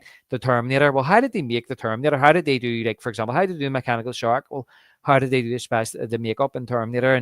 And then you've watched Terminator, but you want to watch, Titanic because it's James Cameron, and how the hell did they do that? So, as I say, the main reason I love Jaws is mainly because of the actual movie, but I'll have to say that it is an integral part of who I am today, and that is basically why it has to be my number one. Yeah, I've always been very fascinated with people who love Jaws because I've told you like it's your favorite film. My cousin Dennis, who people see on the show, that's his favorite film. Matt, who used to be on the show, that's his second favorite film behind the Terminator. I've always been surrounded by people who absolutely love Jaws, to the point that I've seen Jaws probably 25 times in my life, including twice this month. And I've always been like fascinated, like why people love it so much, because I've never gotten the emotional feeling. That's what really like draws me. Because like when I watch it, I'm like blown away by the filmmaking. We'll talk about it because guys, our next show that we're doing is a two-parter on Jaws itself. We'll talk about every single aspect of it. But when I watch the scene on the beach and like the editing of having somebody walk in front of the camera and you cut to the ocean, then you cut back to Brody, like, you know, not Brody, you cut back to oh my God, Roy Scheider over there on the beach, and you cut back, just keep moving back and forth, get closer and closer. Like the filmmaking is amazing. It's everything I love in film. Like, so it's an incredibly made film, incredible monologues. But then the behind the scenes stuff of making the movie makes it even more interesting. Of like what Roy Scheider, because you know his character is the most fascinating to me in general, just because of the actor behind it. Like I could see Mhm. Richard Dreyfuss, I could see Roy Scheider, I could see it's Quint. I mean, I'm sorry, I just drawn a blank. Robert Shaw. Robert Shaw's Quint, like him, the actor, like this British actor, like the way he Mhm. pulls off this voice, and apparently how he wrote, like trimmed the monologue down to make it into what he wanted to do, and creates one of the greatest movie monologues of all time. So fascinated by it. I just wish I loved it as much as you, because when I watch the documentaries and I see all the memorabilia and how people become obsessed with this movie and everything it did, it blows my mind. And it also surprised me a little bit with you, because one thing I've always Mhm. heard of you over the years is like when you hear a movie so good, like you kind of almost like push back against it, like it almost like builds up. But yet you love the most popular movie of all time, almost. Yeah, and I remember actually telling a friend of mine, a fellow I used to work with, you know, I didn't pick Jaws because it's a popular movie. I didn't realize how much of a classic or how popular it was until I got older. That old saying, Jaws So you picked actually me. fell in love with the Jaws integrity picked of the me. film ahead of time. Yeah, I was 6 years of age. So yeah, I didn't know no different. I just loved the movie. so the I movie's did. just genuinely good. That's what made you fall in love with it. Well, it's as time goes on, and you realize that once you get into your teen years, and I remember 30 years ago hitting the 20th anniversary, and back then, like you had no internet, and that's why I have so many different copies of like the film and the making of books. I have different several copies and stuff because back then there was nothing like that. A lot of like the making of books and stuff were out of print. You couldn't get them. So when they came around and reprinted in the late 90s, early 2000s, I'd be like, well, I need two copies because what if it goes out of print again? That's the way my mind was working. But neither have never been out of print ever since. So it was as I got older, I started to realize that this film was a legendary film upon release. It was the biggest film of all time, and it grossed so much money. And of course, as you get older, then you start having these kind of you become very precious and you become very kind of defensive. If somebody says, "Oh, Jaws is crap," then it's like, "Oh, how's crap? It's really good." You know what I mean? So, um, as you get older, it's not a case of, "Well, I don't care what you think." You get this certain age, you're kind of defending it. If somebody doesn't like it, you're almost offended. Why do you not like this amazing film? So it wasn't like I picked Jaws because I sometimes wonder, John, what it would be like to sit down and watch Jaws for the first time. I also sometimes wonder what it would be like to kind of like watch it at an older age, what I would think of it. Um, it's just I have those nostalgic feelings for Jaws like you have for the Terminator, but at the same time, it's still a quality movie. It's not just like I love the sequels, and I know the sequels aren't that well liked, and I know that the sequels have a lot of flaws. That's fine. I'll not argue that, right? And I can see all the flaws, and I have nostalgic feelings for them sequels. But I have those nostalgic feelings for Jaws, but I can still sit down and see the quality of the movie, like you say, the quality of the storytelling, the acting, how it's shot, the music, the beautiful locations, the cinematography, all that's top class, right? And the thing is, too, is as you say there about what was I going to say about it? It's my brain's went blank there. What I was going to say. We've gone for a good amount of time. I know. I think I'm getting tired here. But no. As I say, oh, that's what I was going to say. So basically, I've heard people say over the years that if you want to study movie, if you want to study film, don't go to film school. Watch Jaws. Well, that's like, yeah, because it's incredible. Like what Steven Spielberg, like that movie wouldn't have actually worked if, like, we'll talk about it when we get into our big show about it. But like the fact that he basically rolled with the punches and everybody there rolled with the punches to create a great film, which wasn't the intention of like what the film was the idea was to make a great film always, but it wasn't the idea that they had in mind originally. They just had to, when things went wrong, we'll fix it as we go, and they ended up with a masterpiece. It always blows my mind that that can even happen. Yeah, but look, we have talked before in episodes, John, about, I've heard this saying before, nobody goes in with the intention of making a bad movie. No. Okay. And we have said as well, I think it was one of our recent episodes I'd said about when people are making movies, they don't know if it's going to be good, they don't know if it's going to be bad, they don't know if it's going to be a classic or not, or if it's going to make money or if it's not. And I think at this particular time, Zanuck and Brown, they were kind of like, they bought the rights early on, and because they read the book and just thought it would make a good movie. They thought, well, this would make a good movie. And at the time, they were thinking that they were just going to make a really good B movie. Right. But one thing that Spielberg is brilliant at doing, like he done with Jurassic Park and maybe some of the Alien movies he made, it was like taking a B movie and making it an A movie. Right. And that's what he done, even with like this caliber of actors, which take nothing away. I love Robert Shaw. I love Richard Dreyfuss. I love Roy Scheider. I know back then they were character actors. They weren't movie stars. Dreyfuss wasn't a movie star when he made Jaws. So as I say, so for Spielberg, he was able to elevate their performances to get the best out of them. And, we'll go into it when we do our two-parter on Jaws. But basically, like, the characterizations of them those three guys in the boat and how they bounce off each other and all, Jaws isn't about the shark. It's about them three guys on the boat.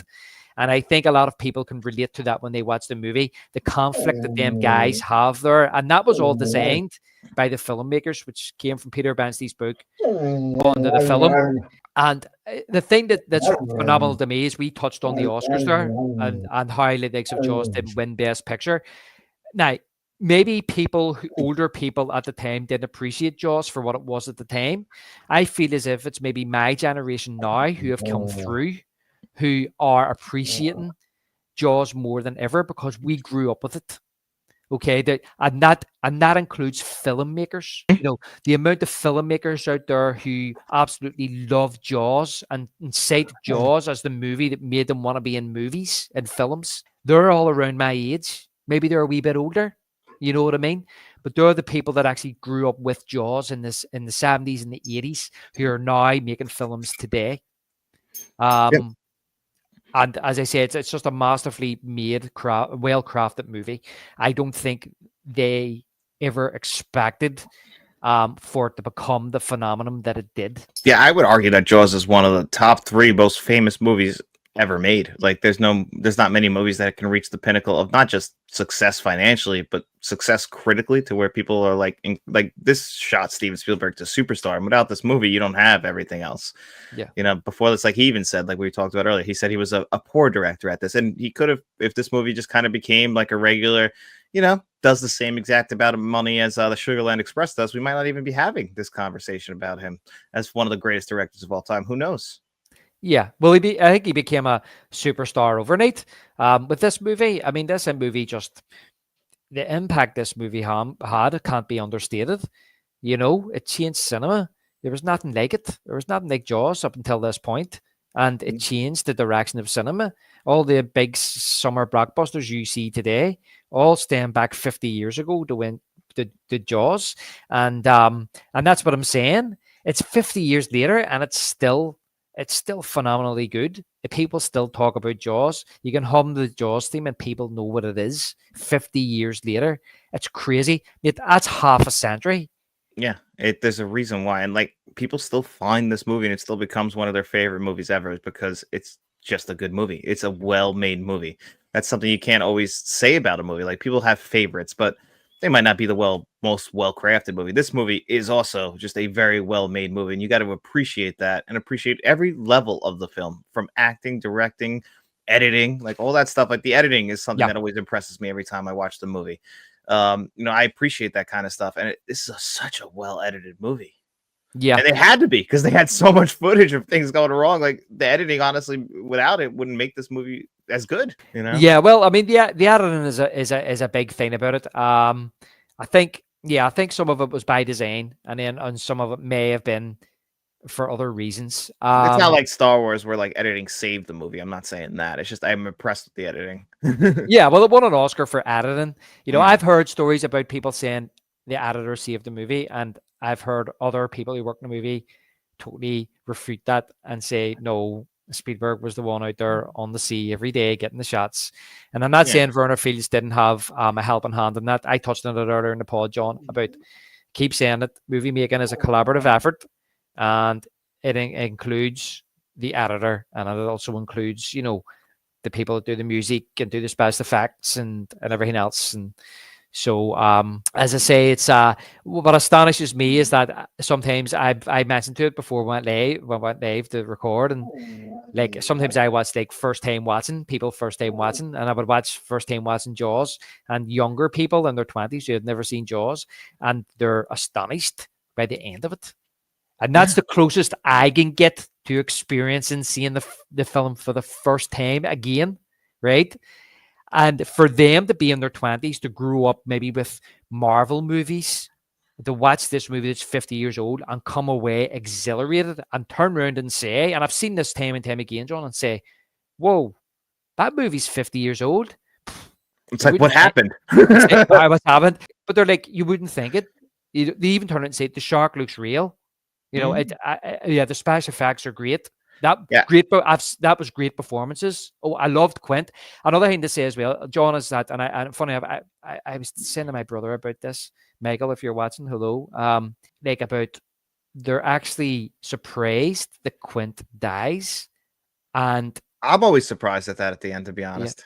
well, my brother's like, why it's so obvious, and I says, but that's because it's became cliche that the guy that's going to kill the beast dies himself.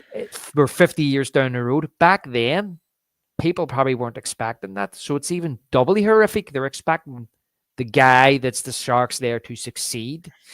So, as I say, when I see people from today watching a movie that's this old and they're blown away by it, it restores my faith that I'm correct that it's the greatest film ever made. Yeah, well, hey, listen, I completely understand it. I can watch it and understand why people feel that way, and we'll get into it because I'm looking forward to breaking this down with you.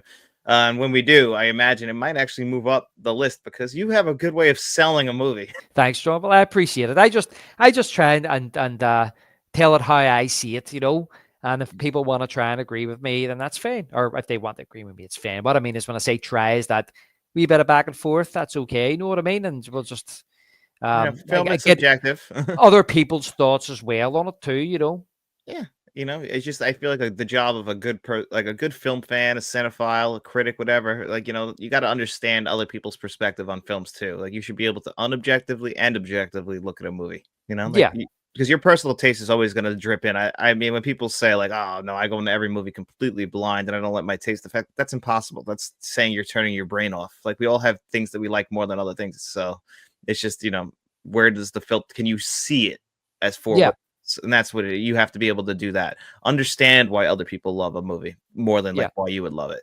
Don't tell them they're wrong because you're basically telling them hide your emotions around me. Yeah, and that's the thing too. Is like it goes back to earlier on when I said about Catch Me If You Can, and I go to myself like when I was younger, being a big Jaws fan and knowing Spielberg done like E.T. and even Close Encounters, I'm just like astonished the amount of people who, have seen the more kind of Spielberg movies, even though Close Encounters kind of is, but they're talking about E.T. and Jurassic Park and Jaws. But if you've seen Close Encounters, it's like, no, it's like, my God, it's one of his best. You need to give it a watch. But that's why I'm astounded. I used to be astounded when people said, maybe Catch Me If You Can, because I'm just like, oh my God, he's made so many other great movies. But then I come to that realization that that's probably down to that person's personal taste. Um, you know, Yeah, so it's a real thing. But I had fun doing this today. I hope you enjoyed it. yeah, it was a good break from the norm where we could just kind of just throw our thoughts out there on our top 10 Yeah, Spielberg movies and give props to the best director of all time. exactly. I mean, he's not my all-time favorite, but is he in the top? He's probably in the top three. He's up there for me. Like, I always say Tarantino's my favorite just because I love like his body of work, and that's the guy who made me fall in love with movies. But I mean, Spielberg is still the guy who's made so many of my all-time favorite films. Yeah. I think that Spielberg is just influenced so many facets of entertainment and films and filmmaking. I believe that there's a lot of people out there who love certain directors that don't realize that. No, exactly. They probably don't Like even realize things came from Steven Spielberg that they like love. like Christopher Nolan as well. Oh, Big Nolan's time influenced by Spielberg. Do you hear what he said about the Joker and The Dark Knight? no. What do you say? He says he's basically Jaws. He says he turns up and causes pandemonium and disappears. I mean, that's true. We don't. That's one thing. I'm trying to save everything. I'm going to say for Jaws, but like the shark just shows up, like and just starts to cause chaos throughout this entire, which wants to run a normal summer season, but can't. He's not going away, even if you want him to go away. So you better figure out a plan to get rid of him. Yeah, I can see exactly. that. So I mean, yeah, J.J. Abrams is basically Steven Spielberg. Like he's never even tried to hide it. A lot like how Brian De Palma never tried to hide that he was influenced by Alfred Hitchcock. And Hitchcock. basically, J.J. Abrams just makes Spielberg movies now. Yeah, I remember when J.J. Abrams came along, they were touting him as like the next Spielberg, but they were always doing that, John. They were doing it with Tim Burton, then next Spielberg. You know what I mean? And as I say, there's only one Steven Spielberg, and again, I go back, body of work. It's how I say it like Spielberg from 74. I'm going to count Sugarland. I don't care what anybody says. I'll not count Jewel, but I'll count Sugarland 74 to probably 2004. Like, has anybody got a better body of work than that? Never. I mean, with the amount of movies he makes too. I mean, Hitchcock did that. Hitchcock did make a lot of movies. Hitchcock made a hell of a lot of movies, but like just his impact on pop culture and just influencing, the pop culture and cinema and how movies are made and stuff like that. I mean, he done it so many different times through the back end of the 70s, through the 80s, through the 90s, into the new millennium. And I say 2004 because I'm throwing it out there because I don't want to sell the guy short. Yeah, like that's still like he makes great films now. We just we don't like love them as much as like the films that he's made. Like I like Lincoln. I floated with putting Lincoln on my list, but every time I go to rewatch Lincoln, I'm like, am I in the mood to rewatch Lincoln? And then I end up not doing it. So I'm like, that's a sign that it probably shouldn't make my list. Even though I can acknowledge that Daniel Day-Lewis is incredible. I love Tommy Lee Jones in that movie. It's a well made movie, great message, obviously, but I don't feel the need to go back and rewatch it. And that's something I put the rewatchable scale as something on a movie as well. Like if I don't run back to watch it, do I love it that much? Yeah. Yeah, exactly. And that's why I'm saying about we said, look, let's just do our favorites, because Jaws would still be top of mind no matter what. You know what I mean? So it's kind of like, Jaws would go if I was doing his best films, Jaws would be in like the top 2. Like they become different then. Like that's like, favorites, it drops a little lower. But if I'm like acknowledging the films he's made, I probably would put Jaws at 1 because I can't like dispute. Like I love the making of Jaws. I love looking back on how that movie's made. Like that's stuff that I'm just like you in the sense. I love finding out how movies are made just as much as I love watching the movies. And Jaws has one of the best making ofs you'll ever see. Yeah, and that's what I'm saying because when I started thinking, I wasn't at the start when I started thinking about this, I had to go back and ask you, and I was like, "Is it our favorites?" And you're like, "Yeah," and I was like, "Ah, fair enough." Because at one stage I was like, how the hell can I put Temple of Doom in the top 10? That's what I was sitting thinking. How can I do that? And it was they'd go Jaws and Schindler's List like at the top 2. I feel like because they'd have to. Like, yeah, because I was sitting going, well, Schindler's List has to be there somewhere, and then you start thinking about this more artsy ones he's done, and it's like they have to go back and watch them again to put do my list. And I was like, no, if it's our favorites, I can do that. And as I say, anybody can see that I'm mainly influenced by those 70s and 80s and 90s movies that back end of the 20th century for me. Like, yeah, we'd have to take the personal aspects out. Like I was talking about, like in my top 3, like I take out the fact that my parents are divorced, and I can see myself in a lot of like Close Encounters, E.T., or the father-son aspect in The Last Crusade. If we take all that out, and then we just look at them from the filmmaking standpoint, and like the performances, Raiders, we said, is like one of the greatest action movies of all time. Obviously, Jaws is one of the greatest films ever made. You got to put those near the top. Schindler's List was in '93. Like I like Jurassic Park. You like Jurassic Park more than Schindler's List, but Jurassic Park is your classic summer blockbuster, or Schindler's List is like, it's trying to tell you something. Yeah, I feel as if Schindler's List one of those ones that like I can sit down and I can watch Jurassic Park, with my daughter, and it's something we could revisit. Not that I'm not going to show my daughter Schindler's List, but Schindler's List is one of those ones you could sit down, maybe when she's a bit older, and it maybe be one you'd watch once, right? Yeah. And you got to see Schindler's List, but you might not love Schindler's List. Yeah, exactly. You know, I told you the reasons why I love Schindler's List, but I don't expect like a normal like non-cinephile to sit down and watch Schindler's List and go, "Wow, I love that movie." They might go, "Wow, that's a dark movie." Or just say nothing after it for a while, you know? Yeah, like I need to go sit down for a while, and maybe like I'll go watch Yeah. SpongeBob after that. Now I'm not comparing this to Schindler's List, but it's like, do you ever hear? Was it after Aliens? It was. You may have heard this story. It was. What do you call her man? Lance Henriksen. But he went to the premiere with James Cameron to watch Aliens, and he says, No. and as they were leaving, James Cameron, he says he was silent. He never said nothing. As him and James Cameron were leaving, and he just never said nothing. And James Cameron turned and said to him, "Well, what do you think?" And he was like, oh, "Jim, you know, I don't know what to say. I'm maybe gonna have to write it down and send it to you. Is that okay?" And James Cameron was like taken back. He was like, "Yeah." And he says he went home and he didn't write anything and didn't send him anything. But he says he got the impression that it was negative. That James Cameron thought it was a negative response. He says he was that blown away from the movie, he didn't know what to say. He had to go home and think about it. But by the time he got home, he thought, I feel stupid writing him a letter to tell him how I feel about it. So I never sent him anything. He says, and I didn't see him for ages after that. He must have thought that film was rubbish. He probably did walk away thinking, that's what I would think.